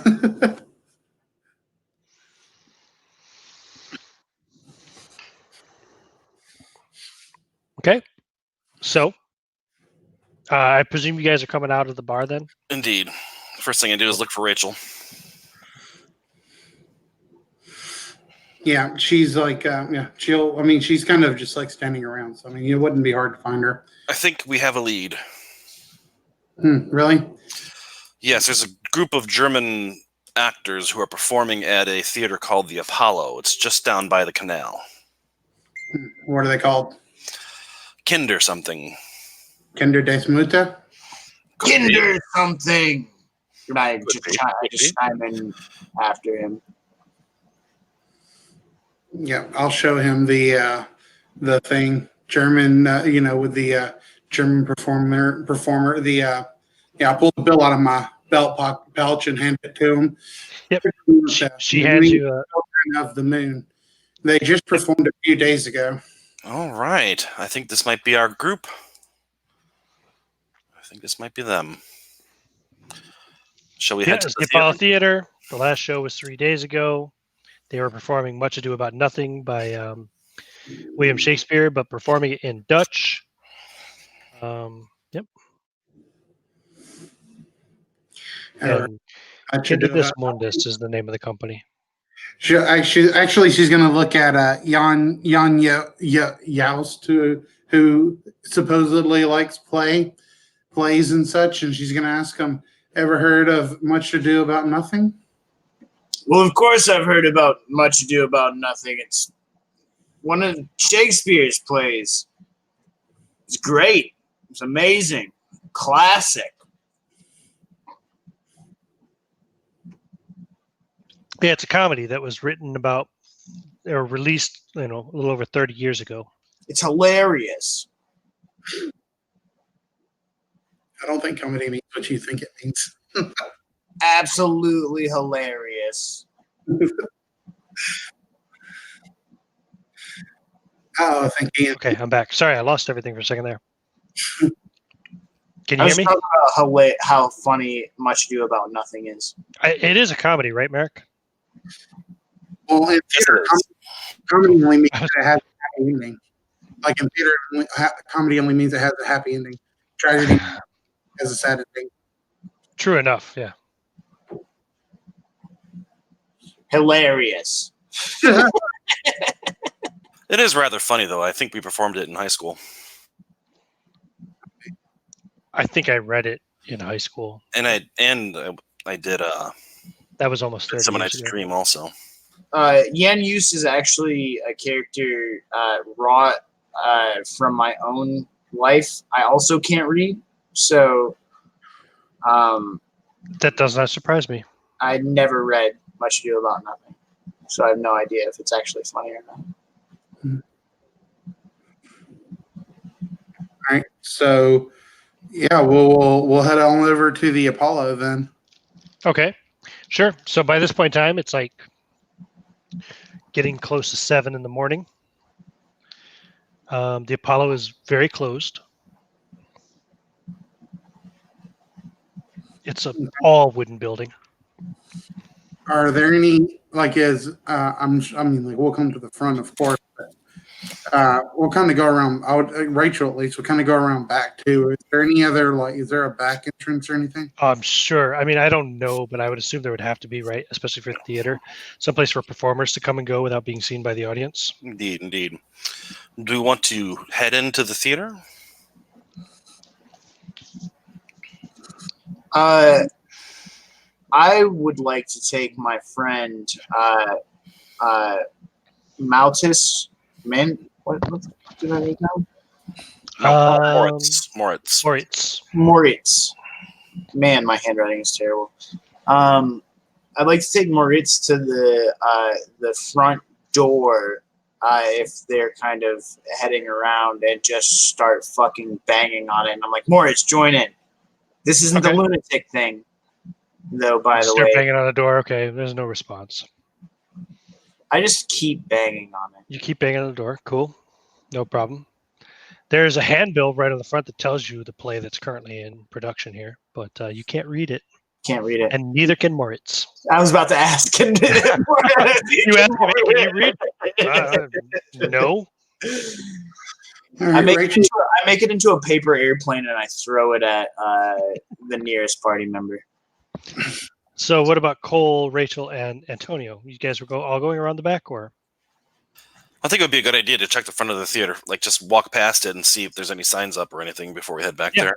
Oh, there is, yeah. Probably a handbill. Currently playing Wives with a Goal by Garrett Jan. No, I already used that name. Sorry. By Quentin Blankers. Not what we're looking for, but that doesn't mean anything. Performed by the Boys and Wolves production company. Rachel's going to check the door to see if it's unlocked. It is locked. Do we need to get inside, I ask? There could be clues about the Moon Children. True. Okay. Well, I'll walk up and I'll put my hand on the handle of the door and I'll knock 3 times. Thunk, thunk, thunk. And then open the door and cast. Okay. Because I just cast knock. Okay. The door opens. I'm just going to grab my crowbar, but sure. The door opens. Give me a D20 roll, Crystal. 2. Nice. As nice he's for you or nice opening for the us? door, you look around to see, because there are still some people around, but none of them look to be city guards. Just drunks and actors and other general artsy types.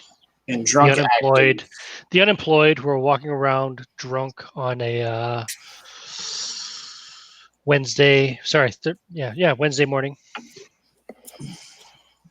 Before Rachel walks in, she's going to ask Cole if who will stop singing in the building and to just keep a lookout outside while they look around inside for a second.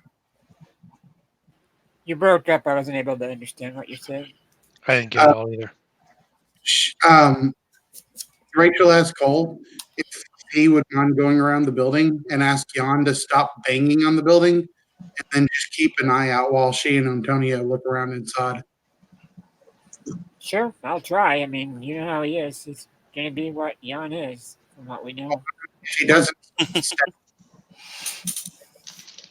You broke up again, sorry. if he doesn't stop, stab him. If he doesn't stop banging on the door, stab him. Right, got it. Did you get that, Cole? I heard her, yes. Okay, cool. All right. Do you want to take a quick bio break? Sorry, I see a request. Yes, please. Yeah, let's take a quick bio break. Sorry, I just kind of kept rolling on. No, that's cool. I wouldn't We'll resume in a few Seems minutes. like a good break point to me.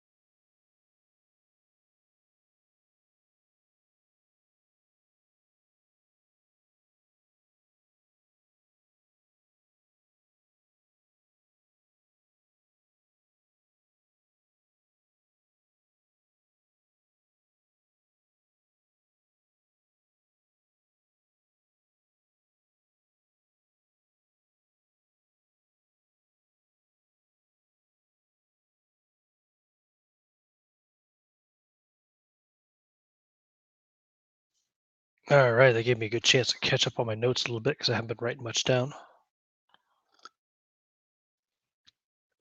before I lose all these fucking names. I'm having a good time. I hope I'm not disrupting the group too much. No, I don't think so. You're fine. You know, it adds color. I've been no playing. worries. I've been playing with. I've been playing a rather.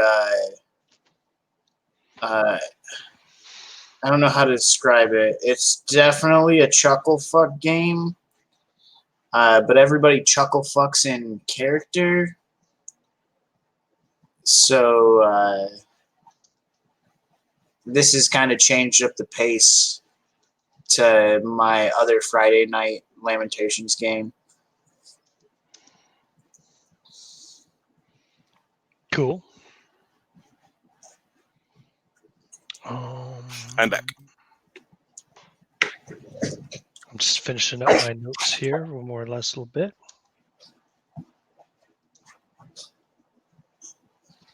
Did I get that name right? Fuck, these names can be really hard to spell sometime. No, I totally didn't. It was close though. Only off by one letter. Ian, will you whisper the Pledge of Allegiance to me? No, I pledge definitely will not. I don't really. I wish I knew more about ASMR because I would totally be riffing on you about it, but I don't know enough. Like, what? I don't know what they say. Like, are they just? I think it depends entirely on the video. They can say all kinds of shit. It's time for you to roll a wisdom save. I've seen ASMR videos of people just playing video games and talking in a whispered voice as they do so. And, Whispering seems to be a big part of it. It's for boners, though, right? Like, it's not just for no. Some people do get a sexual kick out of it, but a lot more folks just find it very relaxing. Most of what I see is for like sleep aids, try to help you sleep. Yep, relax, that kind of stuff. Some people do get off on it, but that's weirdos. But people get off on everything. I should call them weirdos. People get off on everything. Yep, people get off on people chicks farting on cakes. I guess I need to stop jacking off to everything. Take it easy. Take it easy. We're live. You back, Crystal?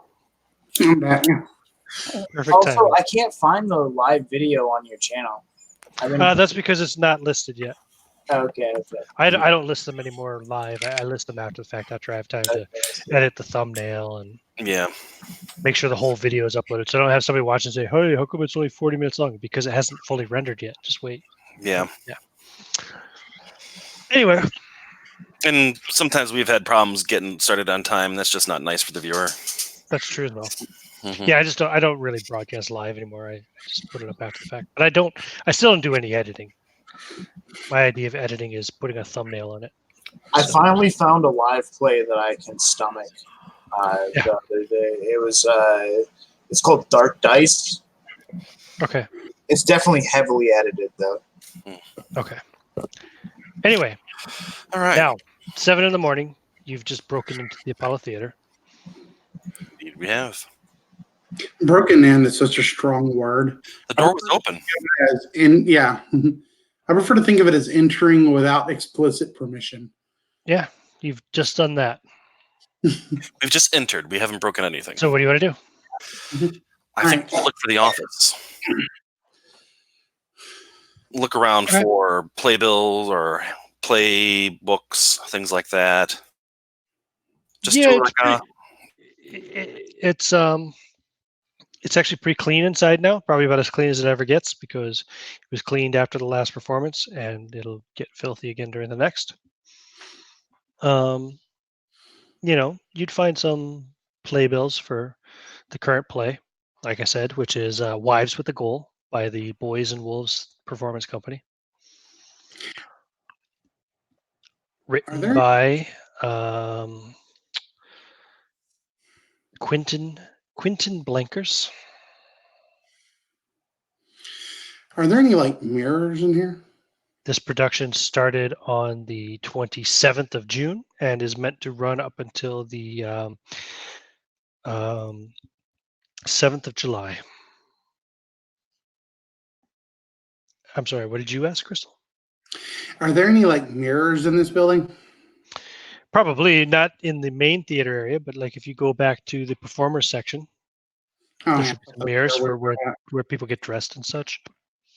I thought that's where we were at.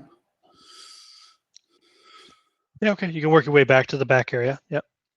And No yeah, problem. I'm kind of trying to look generally around to see if I can see anything that could, I'm not sure exactly what I'm looking for. It's one of those things like if I find something, I'll think I'll know. Mm-hmm. Yeah, a bill of the last production with a note written on it, or just anything. Hmm. Yeah, roll a d20 for me. 10. Nope. You don't find anything that stands out as interesting at all. It's just typical bullshit you would expect to find in a theater. Um, hmm. There would be a safe in the office.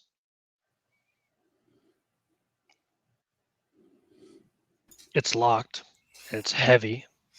It seems to be like maybe bolted to the floor. Perhaps you can't move it. Yeah. Is there a filing cabinet in the office? Maybe something like that. I don't know if they had filing cabinets at that time, but yeah, something like that. Sure. Some kind of like shelf where they got like ledgers and such. Well, you'd probably find ledgers. I don't know if on a shelf. Sure, that makes sense. Okay, so I want to like flip through that to the last entries to see if there's like any addresses for the kinder guys. Um, there. Let's see. Would there be an address for them? I don't think there would be an address. I think it would just be their name and city. Because it's not like he's going to be going to their address or sending anything to their address. Right. It would say it'd probably be a record of their payment. They were paid on the 26th of June, the date of their last performance. June, huh? And it's August now, or what? No, it's June 30th. June 30th. Okay. It was 3.5 days ago.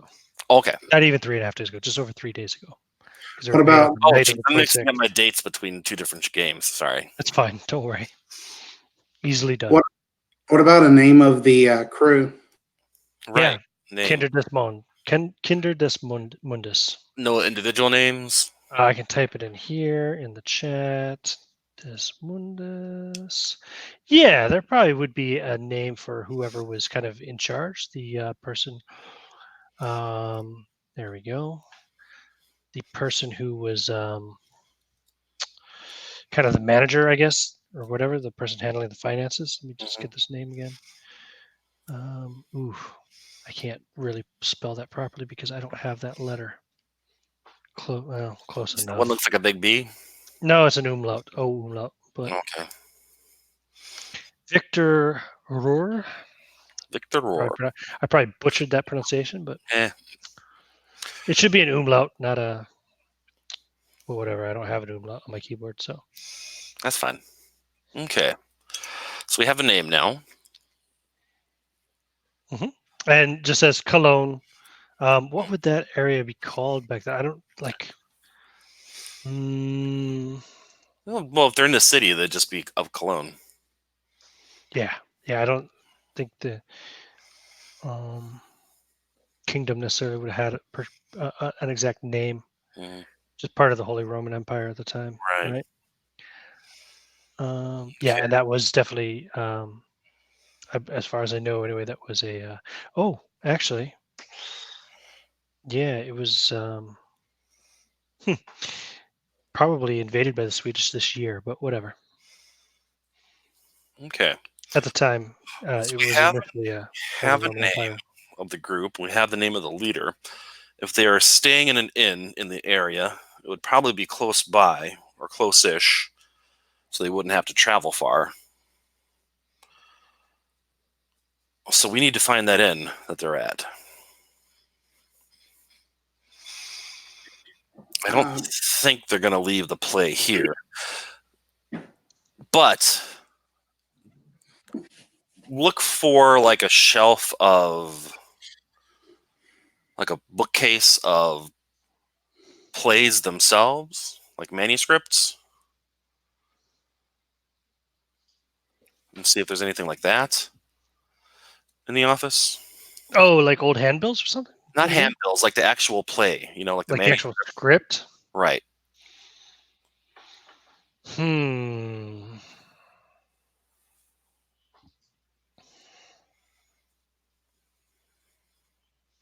That did not work.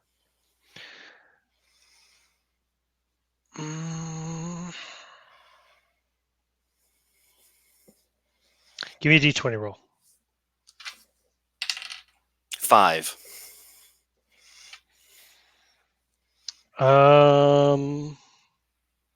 No, they don't have any scripts. He just has handbills. All right. I think that's all we're going to get out of this place. You definitely would find the handbill, though. Again, For the the same yes. as the handbill that Rachel pulled off the thing before it. Oh well. So we get the hell out of here before someone shows up and we get arrested for. Okay. Before we leave, I've had this scene like in my head for like a week now, so like I've got to do it here. So like as we're like searching through these things, like somewhere, like if there's a mirror, like I would like for Rachel to like catch a glimpse of herself because she had still been at that party, so her hair is still like kind of half pinned up, and Yeah. she has makeup on and stuff. And so, like, she catches a glimpse of herself, like, actually in a mirror for the first time because, she just had people put her makeup and stuff on. She actually didn't see any of this herself. So, like, there's just this moment of, like, of, like, this life of, like, what could have been. And it just, like, it brings tears to her eyes. And she just kind of wipes it away and takes a breath and goes, yeah, probably nothing else here. Let's get out of here. Let's go. And, begins to walk off rather quickly. All right. Where do you guys want to go now? So we know the name of the playwright, or not the playwright. We know that too. We know the name of the leader of the company, and I think we should start looking for inns around here. Okay. Was Cole ever able to get me to stop? Like, what was the Are you interaction? still banging on the door even after they opened it? Well, They were banging on the front door. We went in the back. yeah. They went. Okay. I'm they sorry. I went misunderstood. I back thought you out. guys went in the front. Apologies. Okay. What did Cole do to try to I get don't me know. to stop banging on the door? Tell us, Rob. Hey, you guys need to be quiet. Remember that big, huge, tall woman in armor and swords and shields? Absolutely. She told me to tell you that she's going to kick your ass if you don't stop this. They're trying to sneak around in there. I'm just passing the word. I've been known to pay for such a thing, and I keep banging on the door the whole time. If he doesn't physically intervene, I bang on the door the whole time. Roll d20, Jeremy. That is a 10, sir. What's your lowest stat? An 8. Okay. You there! Yeah. Turn around. You see 4 city guards carrying big studded clubs, wearing studded leather, swords at their sides. What are you doing? They start walking towards the 3 of you. At last, they're here. Help me, gentlemen. These were companions I had to out to have a drink and ended up spending half my wallet on their freaking drinks for a business proposition that was nothing. And I'm trying to get them home, and what do? They want to see a play. A play at this hour. Can you believe it? A play. Do you know what time it is? They say to you, Jan Just. And then I say, right now, buddy, to fuck, dude, I'm Martis. Fuck. God, now he made me forget. Moritz. Fuck, dude. Sorry. He starts jumping around like acting like a monkey and making stupid sounds. Of course, he's probably seen a monkey before, but not very many monkeys. So it's really exaggerated and ridiculous. And the guard's like, "Stop that right now! You get away from that door!" So two of them turn directly towards him, and he just tries to jump away from him, and they're gonna try to pursue him. And the other two come over to stay there with you, and gesture with their clubs. You get away from the door now. The place is closed. If you want to see a play, come back tonight. Well, why don't you put on a play for me right now? Oh, you want to see a play? I mean, I think that you look like an excellent actor, and I am a playwright because I can read extremely well. Oh, really? Andres, show him your latest bit. You know, the one you've been working on. What's your armor class? It is 14. Take it.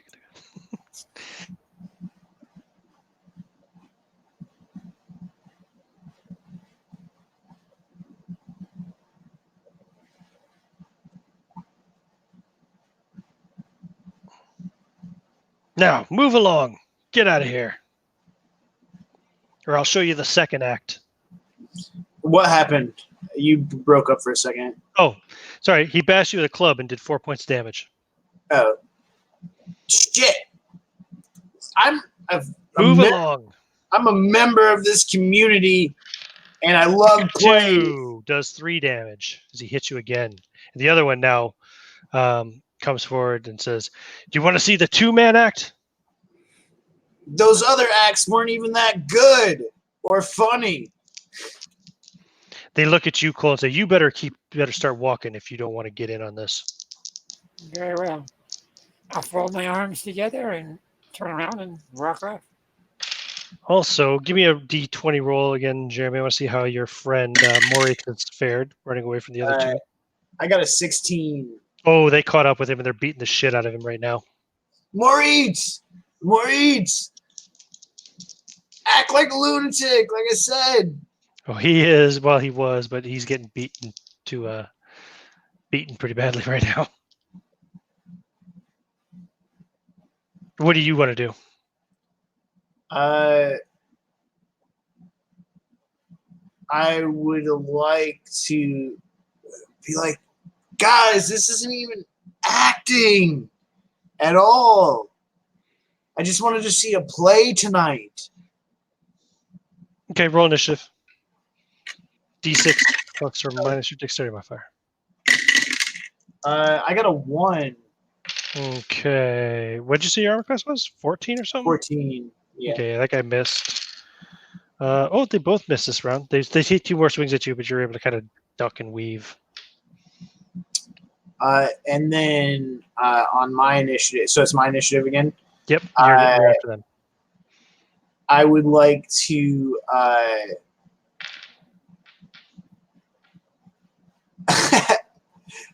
so I have an out of character question. Are we 20 minutes away from the end of the session like I think we are? Roughly, yeah. Okay.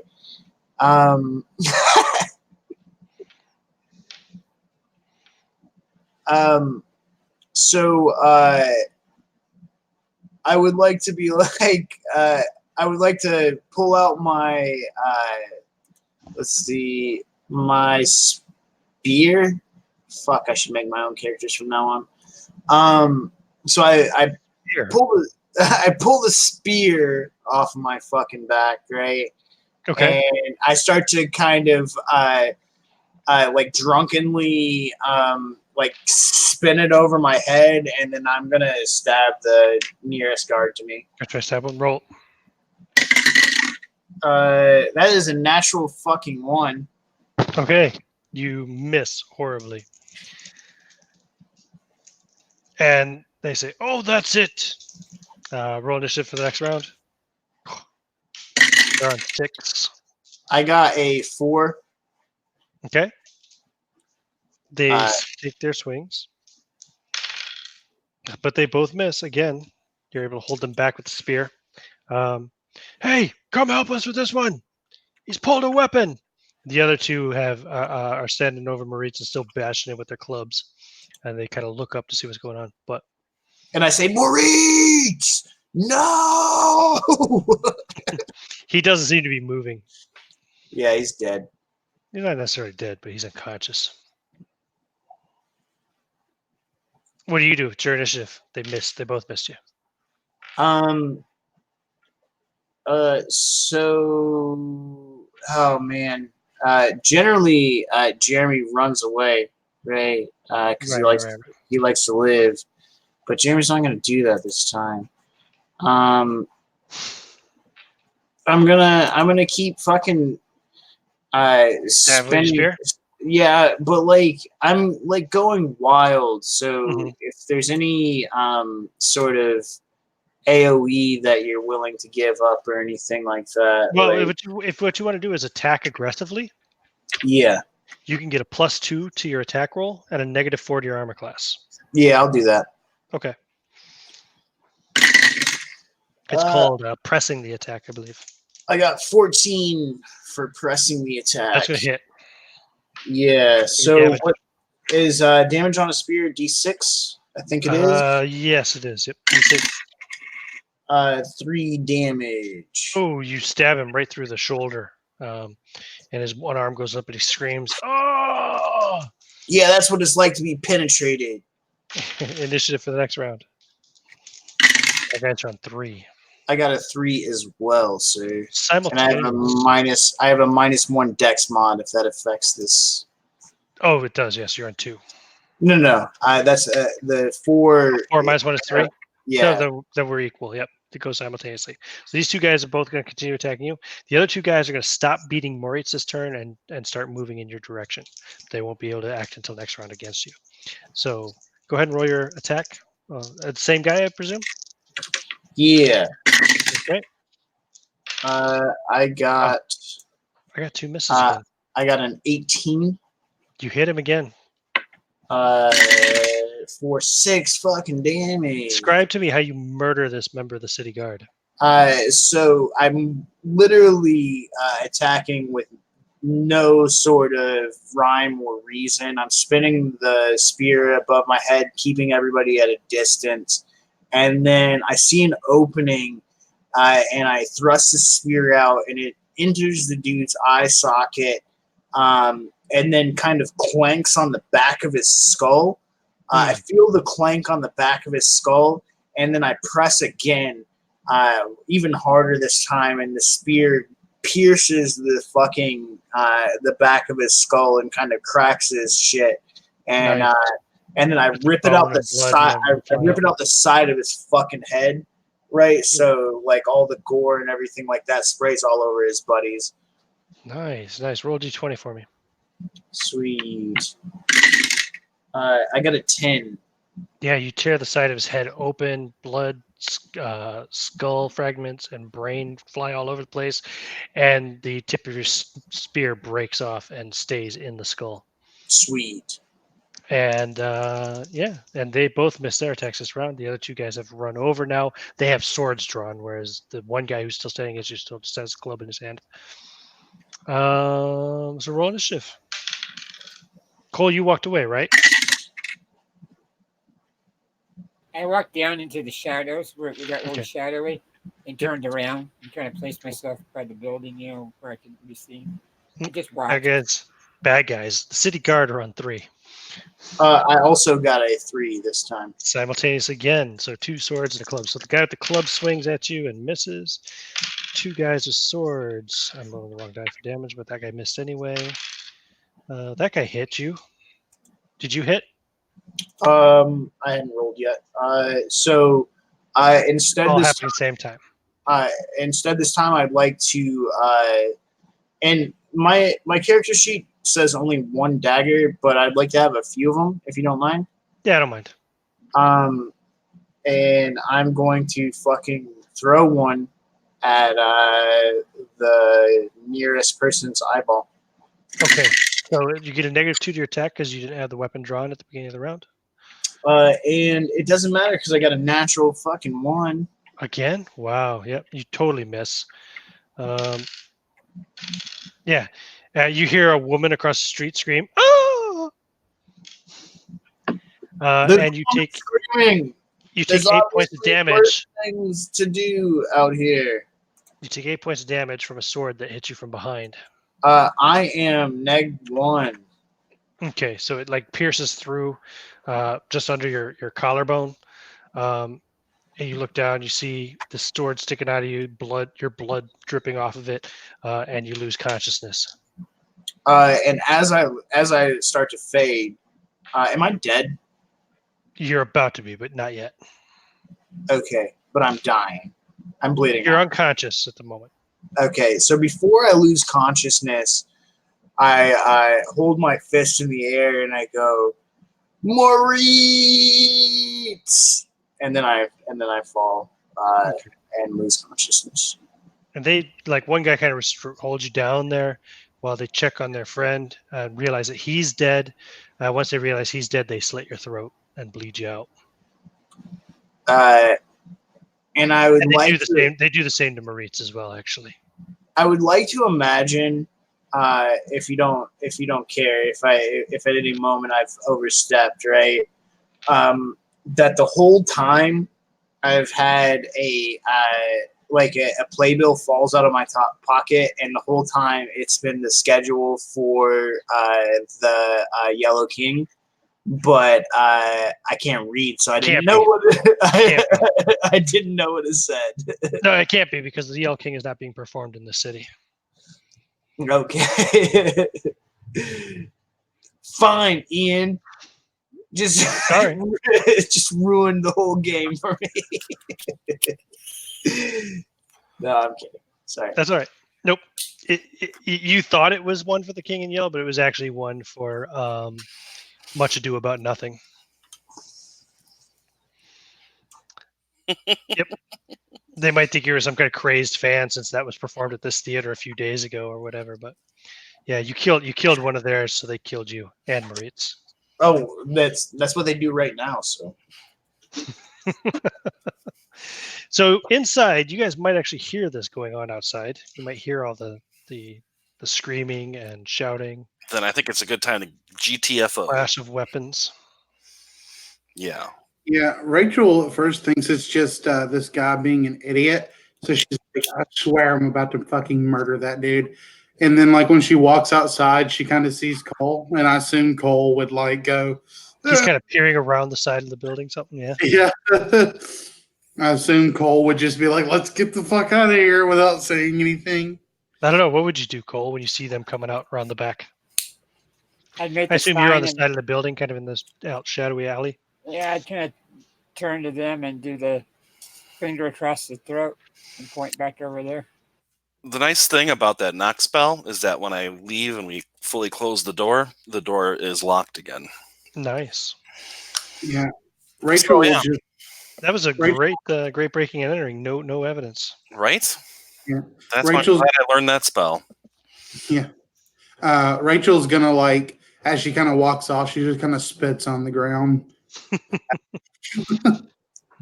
And I asked Cole, what happened as we walk away? He wouldn't settle down once I asked him to or told him to. I even threatened him with Rachel, and that didn't even cause him to stop. So he drew the attention of some guards, and I just told them, "Can I be a ghost?" And I backed off, and they left me alone, and they went after him, and he decided to pull out weapons. And when that happened, shit! Yeah. Well, drink is a terrible thing. Ian, let me be a ghost.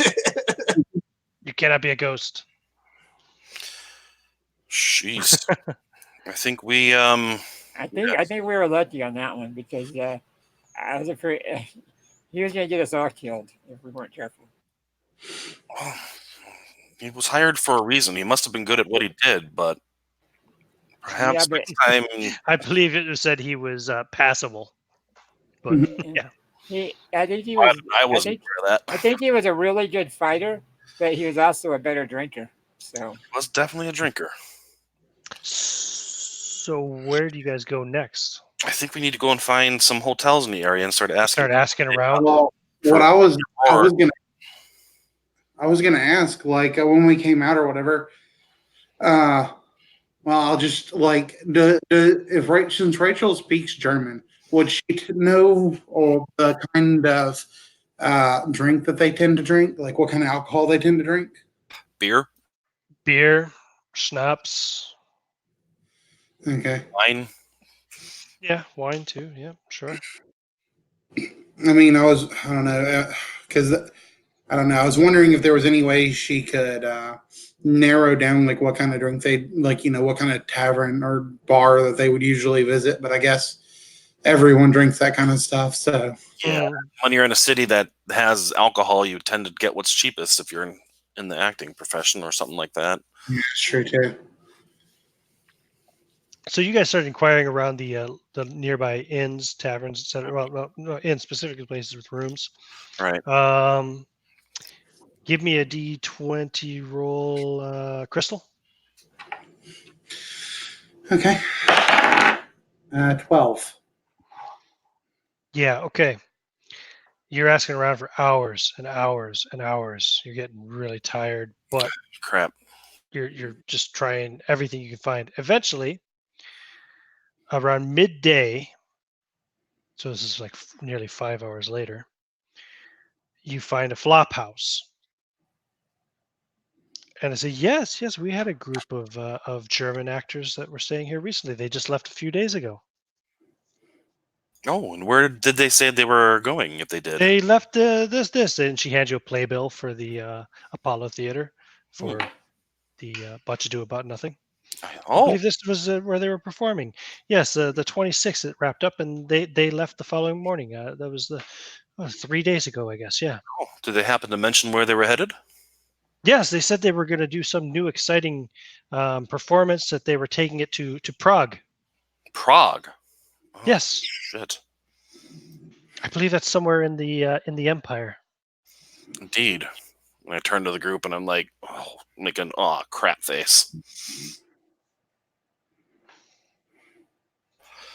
Well, I mean, I'm sorry you seem to have missed their performance, but yes. Well, well, that's I guess unfortunate. there's no use crying over spilled milk unless you fancy a trip to Prague. Indeed, indeed. And she chuckles. She's like Oh, an old kind of like late 50s, mhm. quite old for the time period. Woman. She's kind of hunched and got like one tooth and. Sure. You know, Well, ma'am, I do appreciate you letting us know. It is a shame that we missed them. We had an opportunity for them. A employer of ours is looking for a troupe to perform a new play of his as well. But I see they have a new well, gig.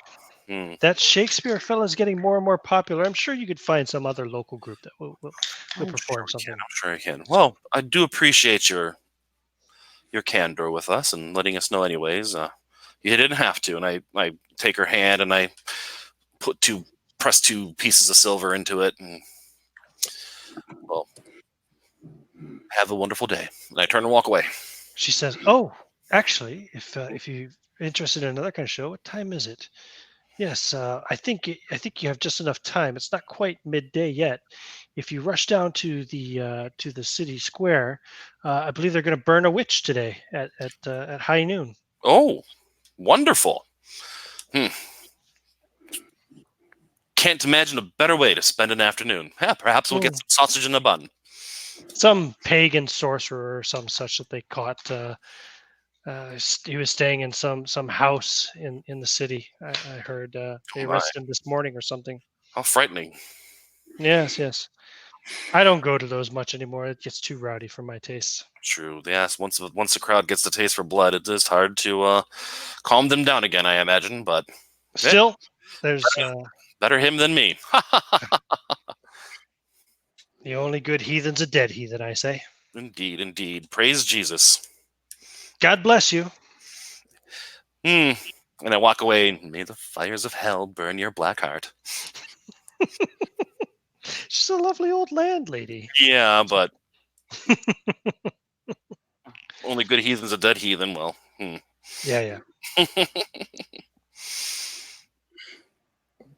All right. Prague it is, it seems. Our quarry has left the city. But as a group of 5, they can't be traveling too swiftly, I hope. Especially as a poor traveling group. Perhaps they went with a caravan of some kind, but I imagine we can catch up to them quickly. And if they haven't performed it yet, well, hopefully we can catch them on the road and put them down before they can get any harm done to someone. Yeah, let's hope so.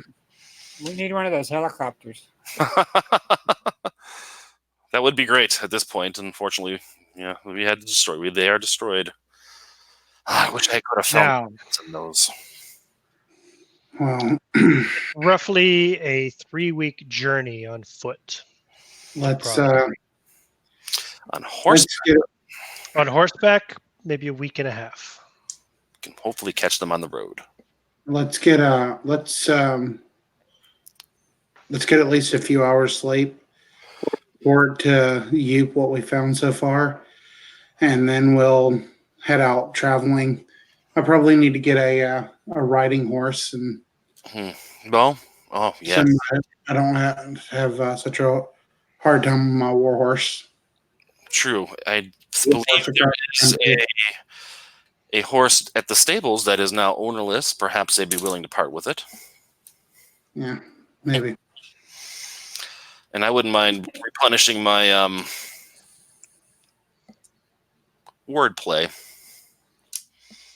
before we head out. Also, we may need to try to come up with a better place to hide that stuff. You remember the guards stopped by this morning, and if they were to try to pay another visit, make sure that this witch didn't have any heretical writings, they might find your crap. And damn, you just had to say something like that. yeah, well, I'm trying to think smart. I have an idea on that one. Oh, Okay. Yeah, it may delay us, or we can do it when we get back. But well, I'm thinking, do it before we vacate our premises for anyone and everyone to sneak in and snoop around. all right. We can just get you just a wooden peg leg. Me and you can dress up like sailors. Rent us a room in some boarding house, and tell them we're going to be gone on a small fishing trip or whatever that we're supposed to be doing. And let's hide all your stuff in that room and lock it up. I don't like that idea at all. Things like that. I have a question. How could he possibly hide a book inside of his leg if we cut out a place? No, it's a hardcover book. A small, paperback folio, perhaps. Yes, not the book that he's talking about. No, that's in a what's it called? Malleus Deus. Yeah, the Malleus Deus. It's a largish book. It is in a custom-made chest that has been waterproofed and wrapped in you've got canvas and hidden forwards. When you go to the library, they have those huge dictionaries set out on the podium, thing. That's like what this thing looks like. It's big. It's big. Okay. Yeah. Sorry, what were you saying, Rob? I was just saying he has a few things probably that they don't need to find. It would probably just be bad in general if they searched his room. Yeah. Honestly, though, I don't know. Well, yeah. Well, no, I would have put my research and stuff into the case as well. Locked it all up. I really don't think I don't know why anyone would want to go in there now, though. I mean, you did. Fuck. If only they had. They associated him with us. How did they know where to look? I have no idea. What, for Klaus? Yes. Well, the only thing I can think of is I should leave my chest with Mr. Van Ooms. You really trust Mr. Van Ooms? I trust him more than I trust whatever this informant was that sent the police to or the guardsmen to our house. I doubt it would have been him. He deals in things close to the chest already. We are employed by him. If he wished us harm, we would have been dead months ago. But he is interested. The only problem I have with that is, what if you give it to him, and when you inquire about it, he's all like, I have no idea what you're talking about. Well, let's just hope it doesn't come to that. I put it. I would I don't think that's a good idea because he's very inquisitive about things, Exactly. and he Exactly. likes the unusual and the Yeah. curiosity of what you may have in there. May draw Normally him I to would go open with it. you, Antonio, but that's a very bad idea to leave it with him. Well, I beg to differ, but I mean, what Here's else another am I to do? idea. There's nowhere else in the city where I can hide this thing. Here's another idea. Bury it in the graveyard. No. That was actually partly an idea I had, but I have maybe a better idea. It's in a waterproof box and everything, right? It's not waterproof. It's only water resistant. Nothing is truly waterproof. Right. And I'm not going to sink my chest with that in the river.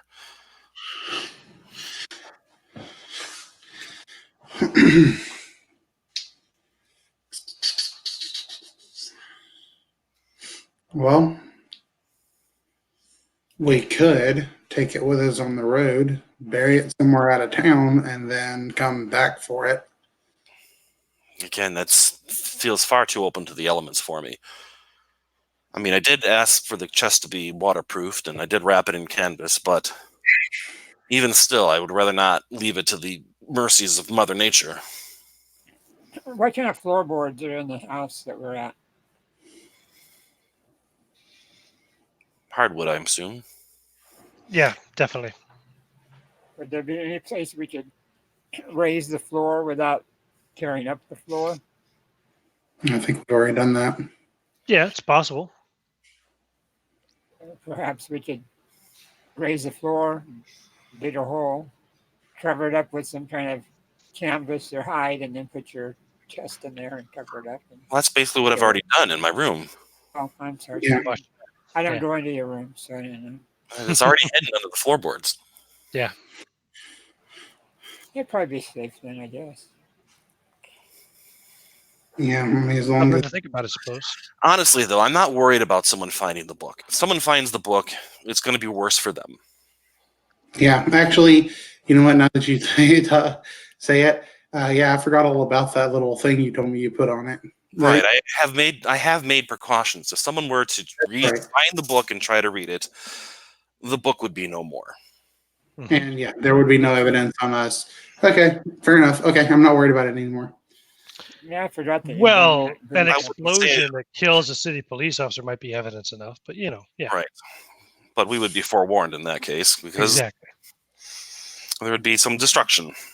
It might make your continued residence in Amsterdam uncomfortable. I would Right. like to think that if a police blew up in our house, that you would find out and get information to us to like, hey, don't come back to Amsterdam right now. Quite possible. I suppose it depends. Is he the kind of employer who would do that, or is he the kind of employer who would say, well, actually, yes, I do know who you're looking for, and I could probably help you find them for certain political favors. Well, I will take I my don't think chances. I don't think simple guardsmen will curry political favors. Certain simple guardsmen, no. But like mayors, rulers of a city state or of a province, perhaps. But I don't know. Anyway, it's something to think about. You don't have to decide now. You can wait till next week to decide. Hmm. So is that the general consensus, though? You're going to head to Prague? Yes, we're going to try and track him down on the road. Yeah, I mean, we don't have much of a choice. I'm just going to put that in my notes so I know where we're picking up next week. And I think I'm going to wrap up the recording then. All right. Experience points. You guys can have 750 XP each. Okay. All right. That's 250 for the attendance bonus. Give another 250 for actually, tracking down the play to some extent. Anyway, you haven't found it yet, but you kind of know where to look. You've continued. You haven't lost it yet. And another 250 for rest in peace, the death of Jan Just van der Meulen. So. All right. Oh, you know what? Round it up. Make it an even 1,000. I'll give you another 250 for the loss and the burning at the stake of Klaus. the pagan cleric. I'm at 30,000 then. So there we go. Cool. I want to end the recording. All right. We'll do it next week again, same time.